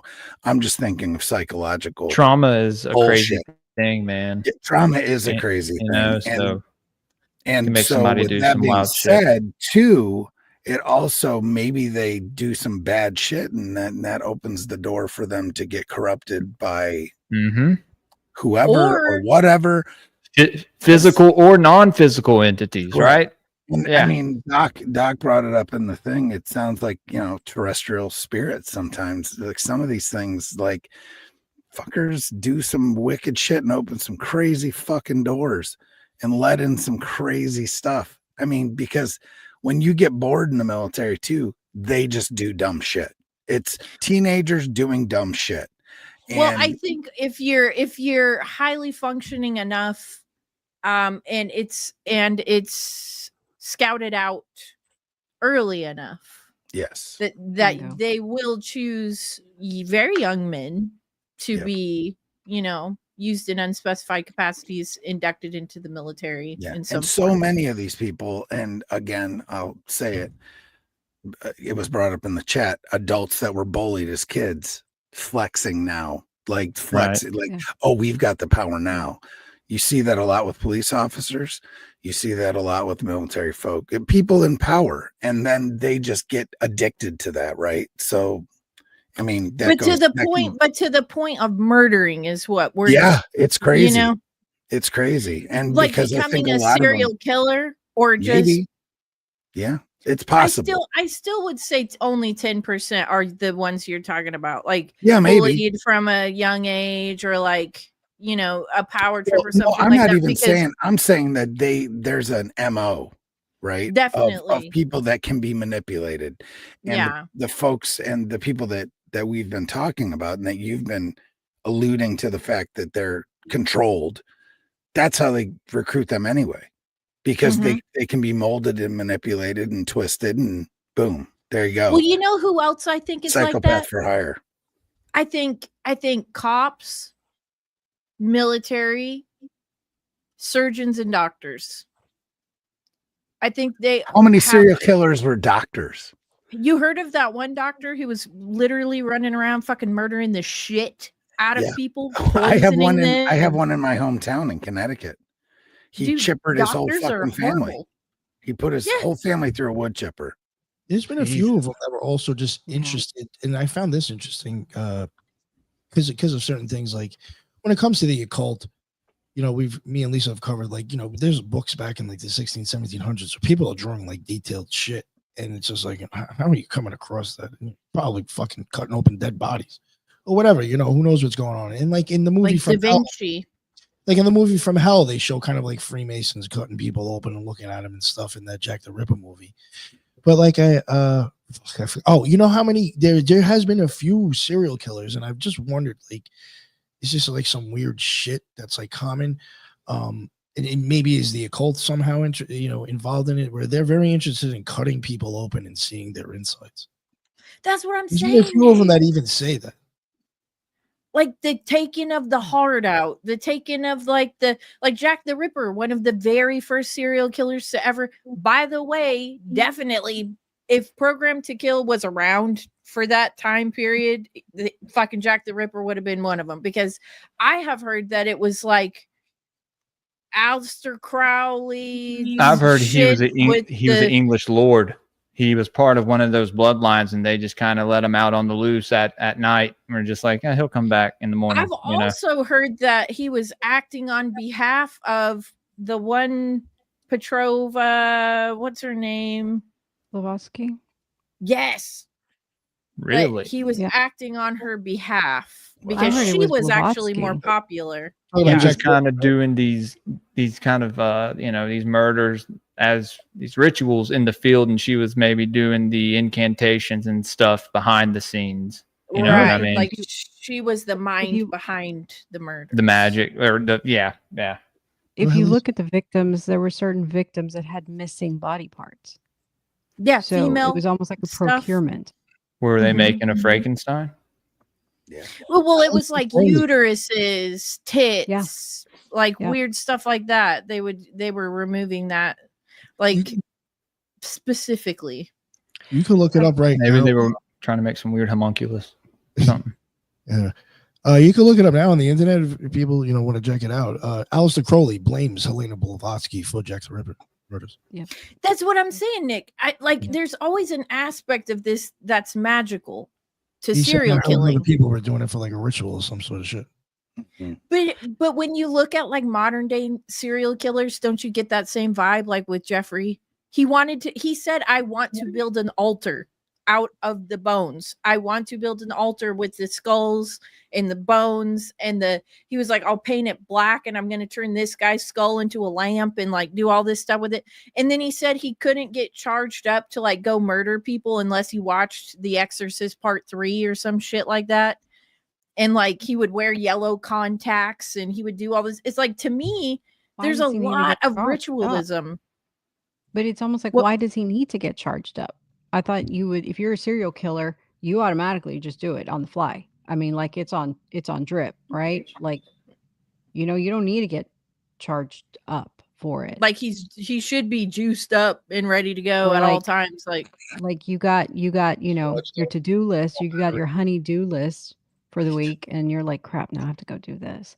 Well, let me put on The Exorcist. Well, oh, go ahead, Brooke. I was going to ask, have you guys seen the show The Hunting Party? I have not.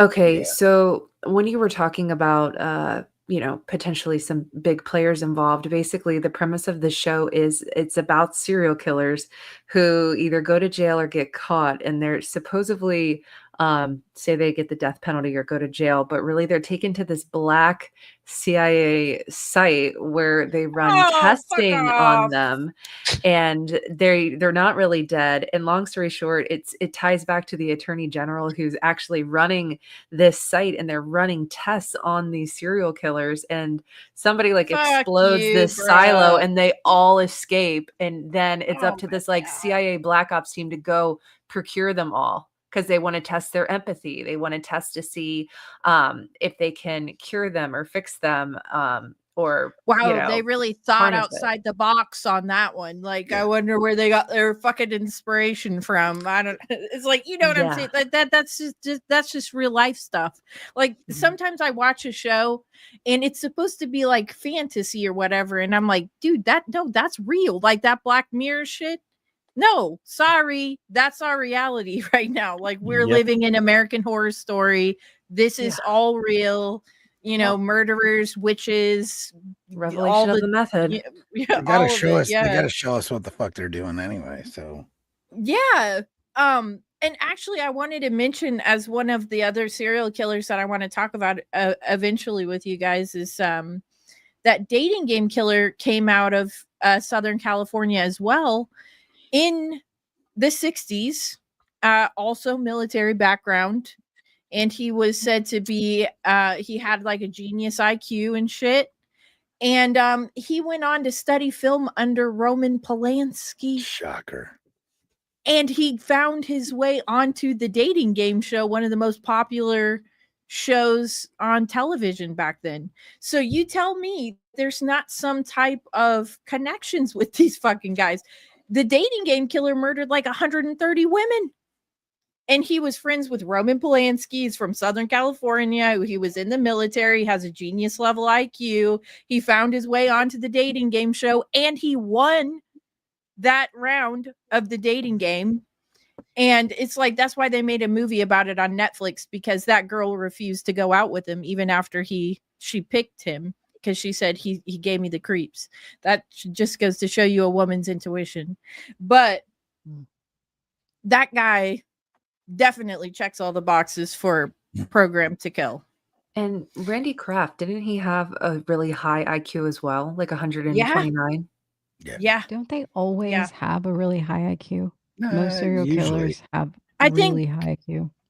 I think that's the that's what they look for. I think that's their preference. I think John Wayne Gacy was halfway retarded. I think the I can't successful believe- ones have a high IQ. Yeah. Well, you know, there's been a couple where I've been like, were you like the last pick? You know, like everybody else, you know, and it's like, oh, I have to pick one. Oh, I guess I'll take Like Lisa Gacy. said, that's class D. Class D. Yeah, class yeah, D. they were the last string. Right. Yes. Yes. Yes. There's But it been a would couple be- serial killers that have been like, how the fuck did you even murder anybody? You're so stupid. It would be like studying apex predators, in that they are not necessarily killing for survival, they're killing just to kill.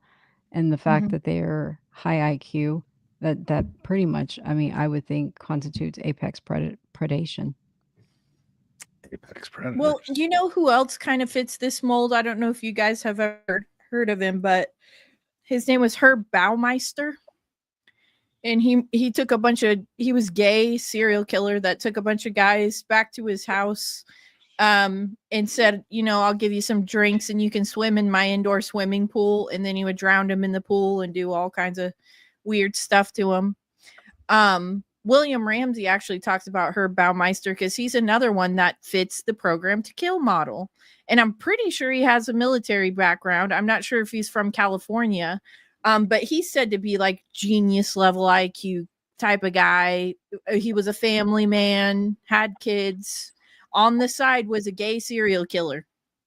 Like, where do they find these guys? Like, literally.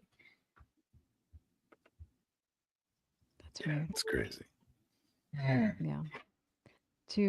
To Brooke's question, I think Brooke, prior to 1940s, I think if you were a serial killer, you were probably organic. But after that, I think you were astroturfed or had the high Definitely. potential to be.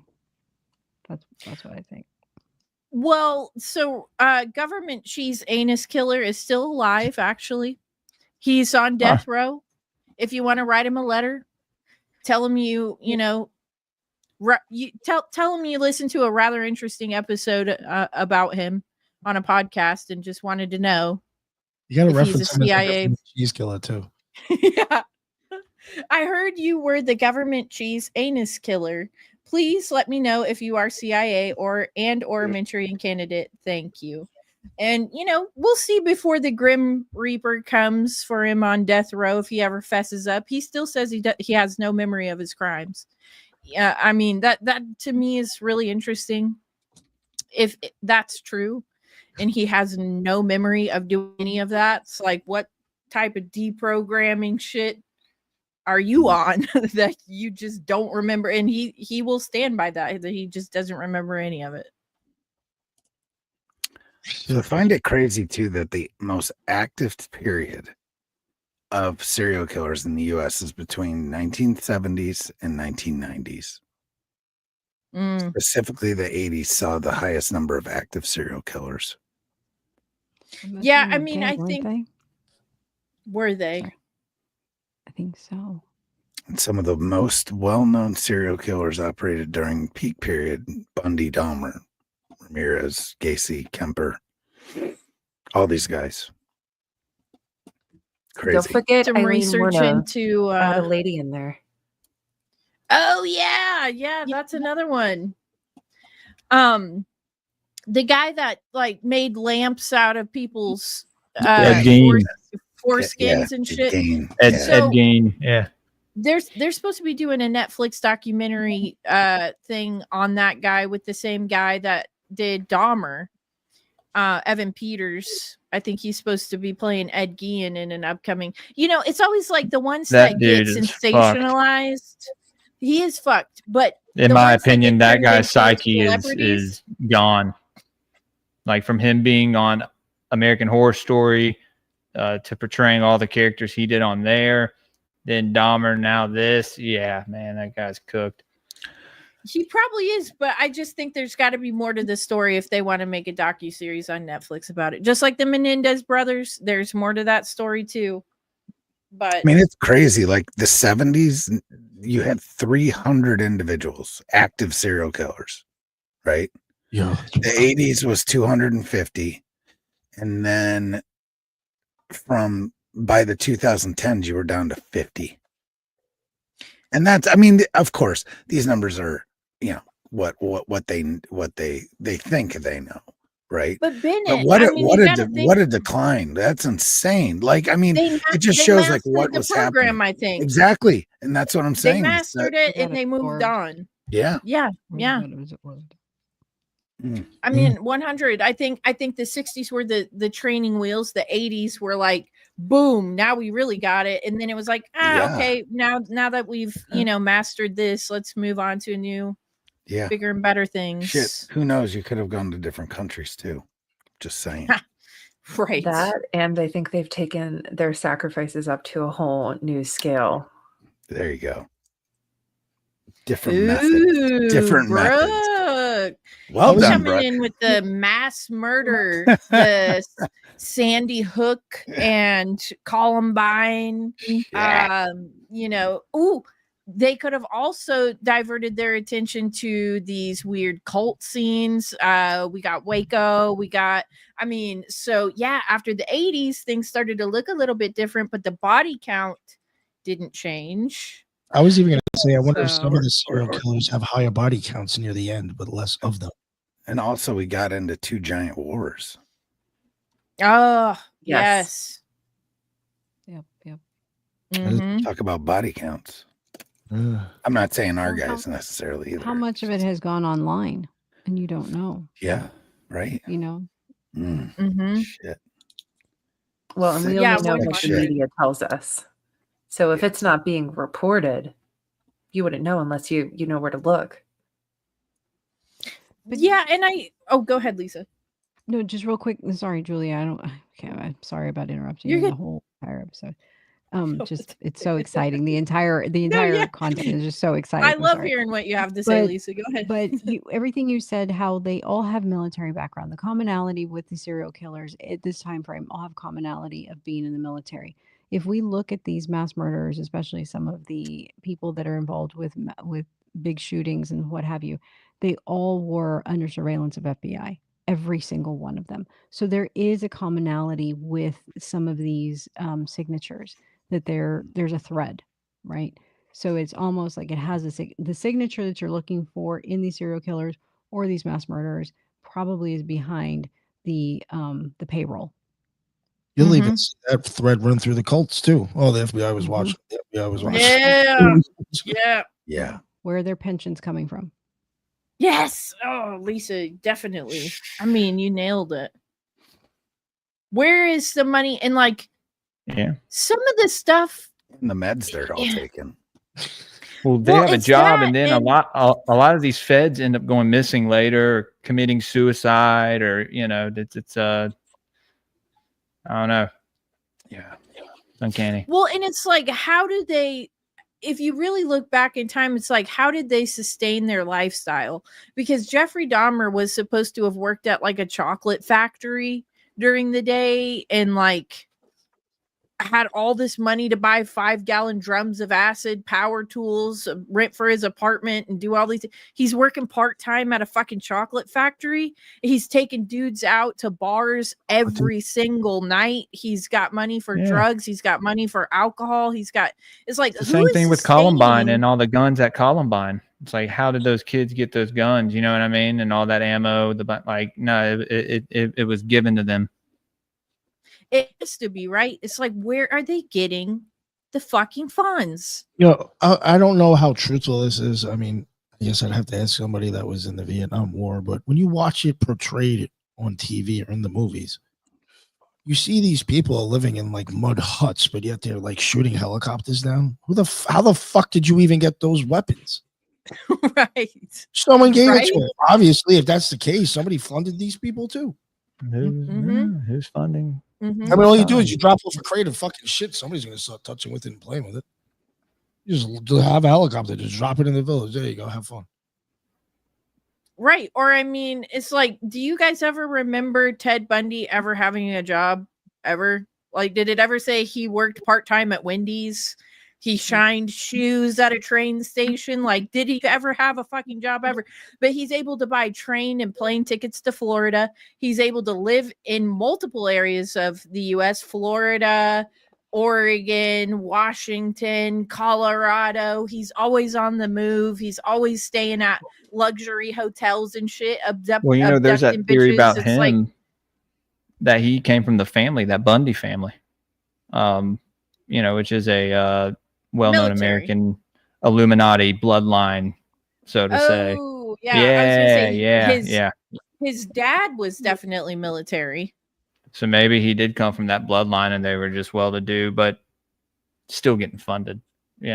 Somebody's funding this shit. Somebody's Yeah. giving them stuff. I mean, the second I see a Netflix movie or documentary pop up about a serial killer, I immediately want to start looking into them, because it's like, oh, this is one of yours, right? This is one of the. It's like it kind of makes me want to look at Scott Peterson. It kind of makes me want to look at, I talked to JJ about OJ, and I learned a lot of interesting information, because it's like these ones that get propped up. Please, for the love of God, look into them, because you will find stuff that will rock your fucking world. It will make you look at everything differently. And it's like they got Zac Efron to play Ted Bundy. Like, really? Like, one of the sexiest guys of all time. So you fantasize about him? It's like, weird. murder He did a me? pretty really good job strange. too. Like, what?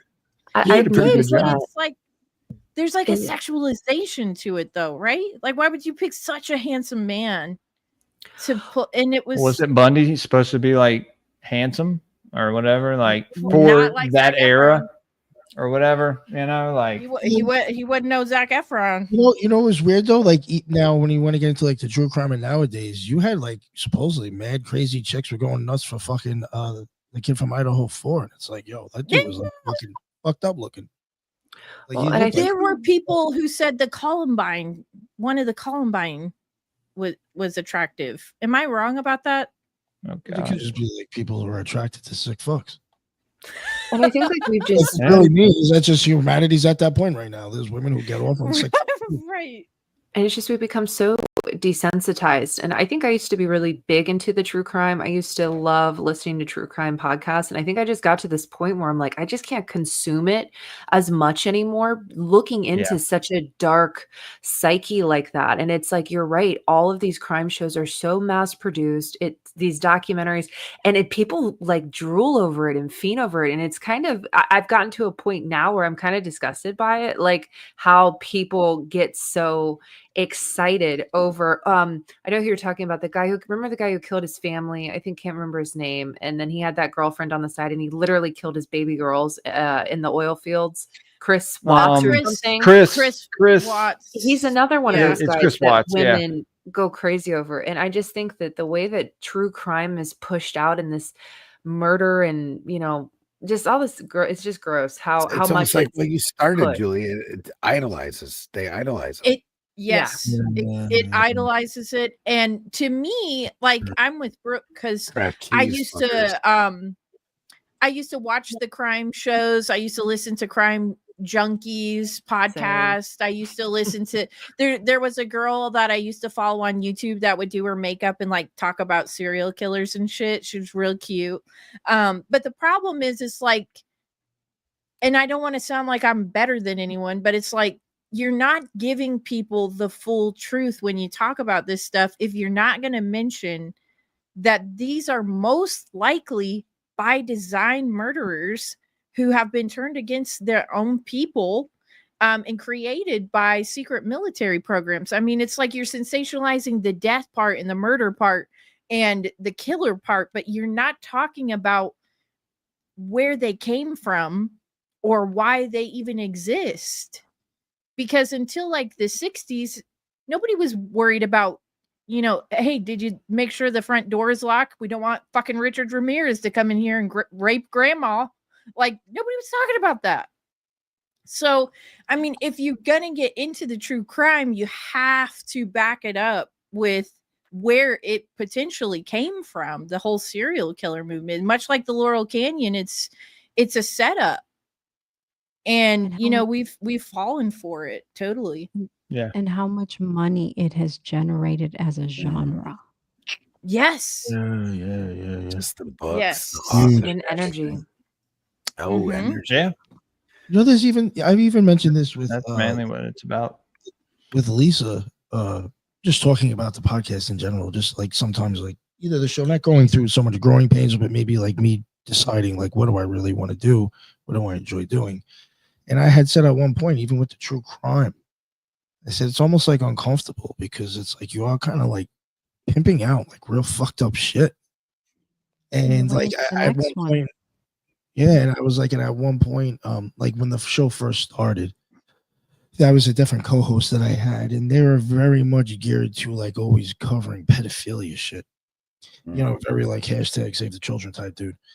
And even that shit was starting to get to me because I was like, yo, this is just like fucking like something like, it's like, yo, like I'm not for nothing, but us just like putting this shit out. I'm gonna fucking break the internet and stop it from happening. Like, what the fuck? Like, I don't know. Just after a while, it's like this is just weird. And just that true crime, it's just like I kind of wanted. I mean, I know we're doing a true crime now, but like if people were to kind of look at how the show was in the beginning, you definitely see that it definitely changed with that. I think it was like a little too much. I just looked at it as kind of like a little weird. And I just hate. I'm going to be totally honest with you, people that are huge into both. I'm just throwing it out there, very cult minded, and that's sort of get me weirded out too. Just to be totally honest. Yeah, I think it's good to take it in small doses. That's why, my show is not mainly about true crime or the parapolitical realm. But I still, I produce a show every Tuesday that dives into, Mark Dutroux and the process and Temple of, so I get my fill of all that stuff. But yeah, I feel you on just like the constant consuming of it. I couldn't do it. I couldn't talk about it like that either. Well, even for me, I was just like, even for the whole thing of the show, it's like I'm not trying to actually peddle fear. I'm actually trying to peddle, like, not so much knowledge, but information.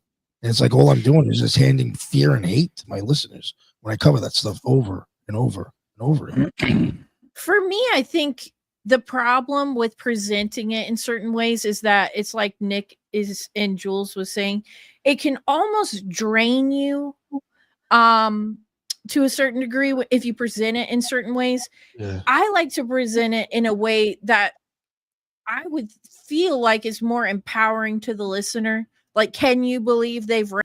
Yeah, But there see, was something for there, me, I think. I was just gonna say, for me, I think it's empowering to talk about the programmed aspect of it, because at the end of the day, there are serial killers, sure. Most of them are fucking psychos that have been ran through some kind of a program. A lot of the stuff is staged, even. Yeah, I think a lot of it is. A lot of stuff is, numbers are inflated, stuff gets, there's crisis actors, there's, so when I talk about it, I like to come at it from an angle of, yes, this stuff is real. It's not what you think it is. You got to look behind the scenes. Most of these people are connected. And just be weary when you see something in the news, when you see a Netflix documentary, when you see something like this. You have to look in the background, because when you do, it almost makes you feel better. Like, oh shit, this is all like staged, scripted. This is programmed. This is, it gives you back the discernment of, is this scary or not? And most of the time it's not, because it's like, oh, it's another fucking CIA program. Thanks, guys. Fuck you. Yeah. I mean, It's always those guys. right. even like the last thing that I think that this show even covered, like true crime, like me and Lisa covered the Zizians. And when we covered that, I think we might have spent a total of like 4 minutes actually talking about what the fuck they did. And the whole other 2 hours was actually their connections all through AI and weird to actually show there's something that created this. Yeah. See? The funding, how it was being propped up potentially. And all Yeah, it that is a stuff. little bit different too in the way you cover it. That way I'm a little bit more comfortable, but some people just, I don't know. It's different. And I love Yeah, the way I Julia mean- covers it. I absolutely love it. Like it's very That's why I have her do it all the time now. Yeah, in that it's in depth, but it's not it's not heavy for sure. Yeah. And I know, like, the reason that I was very into true crime, and I still am, I'll admit it, is that I have a hyper analytical brain. That if it's not over analyzing and piecing and tearing apart things and putting them back together, I tend to go mad a little bit. And so that kind of serves as an outlet, as a puzzle. Like, oh, there's this puzzle that my brain can kind of work on in the background.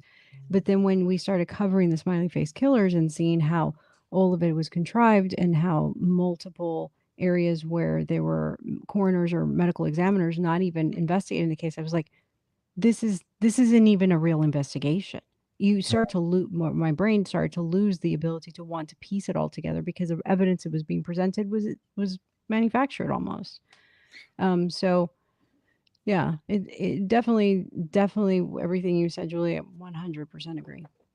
Thank you, Lisa. I'm glad you can see it the same way too, because I think there's a lot of power in just knowledge. Like, make yourself aware of simple explanations for things. Don't make it like a crazy bunch of killers out there and you never know when one's going to strike, or if you're going to be like, yeah, I get it. There is crime. There are real rapists. There are real psychos out there. But the ones that get their own Hulu special, I mean, the ones that, you check in your front door to make sure it's locked. I think those are all for sure fake. I think those are ways that they still drain and make money off of the fucking thing. It's part of the theater. Yeah. Just like politics are part of the theater, right? Just like assassination attempts can be part of the theater. Just like, I mean, it's all part of the theater. Just like as we were talking about with Lee Harvey Oswald a little bit ago, how he knew one of these serial killers, Patrick Kearney, and like we all know what happened with JFK and stuff like that. And it's like, dude, it's all part of the show. They all know each other. They all probably fucking hang out. This is not an accident. And, you know, when you know shit like that, you start to feel better about like, okay, they're doing this intentionally to terrify people. And how about fuck you? Mine is if my notes say butthole socks in it, it's a good freaking episode. Yes. I mean, the Just next time you see a body on the side of the road, make sure you check their beehole for a sock, because Randy Kraft is still alive and he could very easily escape prison and murder someone near you. Wow. All right. I guess You realize that's the title of this episode, right? Beehole socks. I should have changed It has to be it. It's a good title. Yeah. Very- Randy very Kraft, fitting. government cheese beehole Beehole sock socks. killer. Yes. Mm-hmm.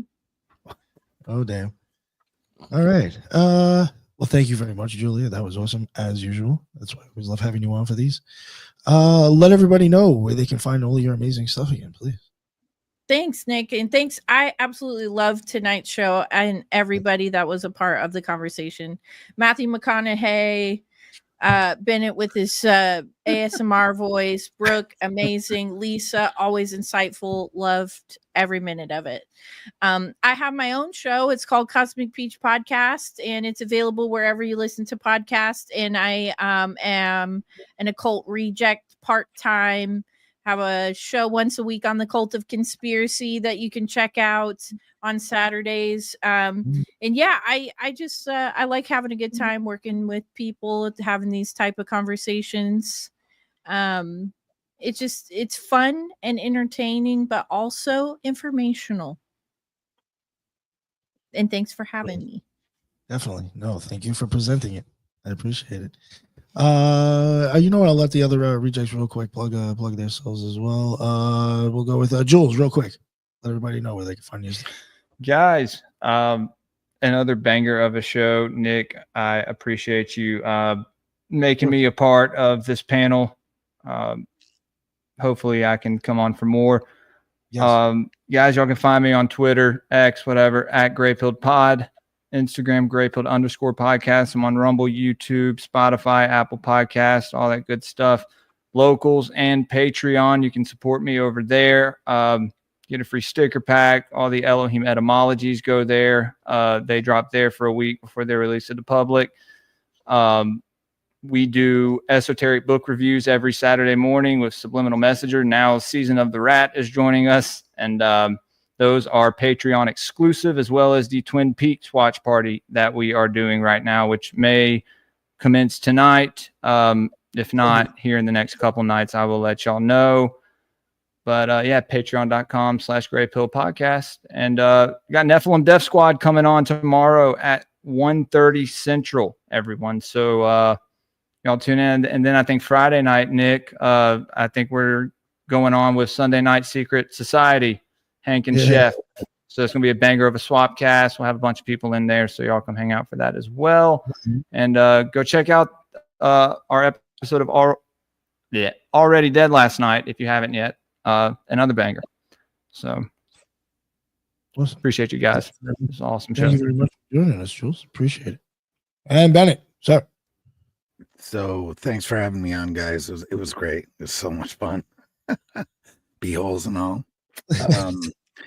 Socks and all. You can find me at the Broadcasting Seeds podcast, broadcastingseeds.com, or all the lovely, podcast players of your choice. Awesome. Thank you very much. I followed you over there, by the way, Bennett. Appreciate it. Thanks. Yeah, man. And ASMR bedtime stories with Bennett. Hey, I'm always looking to do another podcast. So there you go. as if I don't do enough. And go ahead, Brooke, please let everybody know where they can find your amazing show. Yeah, just want to thank you for having me on, and thank you, Julia, for presenting the topic. I think you showed us tonight that the web is so much wider than we thought, and it goes deep. But thank you again for having me on. You can find my show, Dark Florida, wherever you get your podcast, and interact over on Instagram at Dark Florida Podcast. Thank you very much, Brooke. I always appreciate you coming on the show. And last but not least, Lisa, the Occult Rejects mad scientist. What is going on? Thank you for inviting me, Julia. Amazing presentation, always. And I know that I want to do more serial killers with you. I'm sorry, I'm just going to come out and say it. I love the way you cover them. I love discussing them with you. I would like for this entire panel to stay exactly the same when we discuss another serial killer, please, please, please. All right. And so just gonna put that out there. Thank you, everyone. I very much enjoyed the discussion.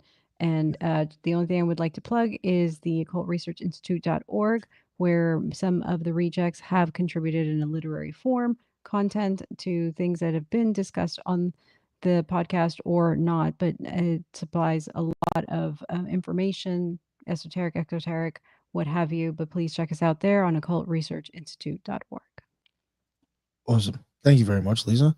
And thank you, everybody, again on the panel. That was awesome. I had a great chat. And thank you for everybody in the chat as well. That's what's up. I saw a lot of people there in the YouTube chat from the beginning to end. I appreciate that. That's why we go live. And until the next one, everybody be well. A little later.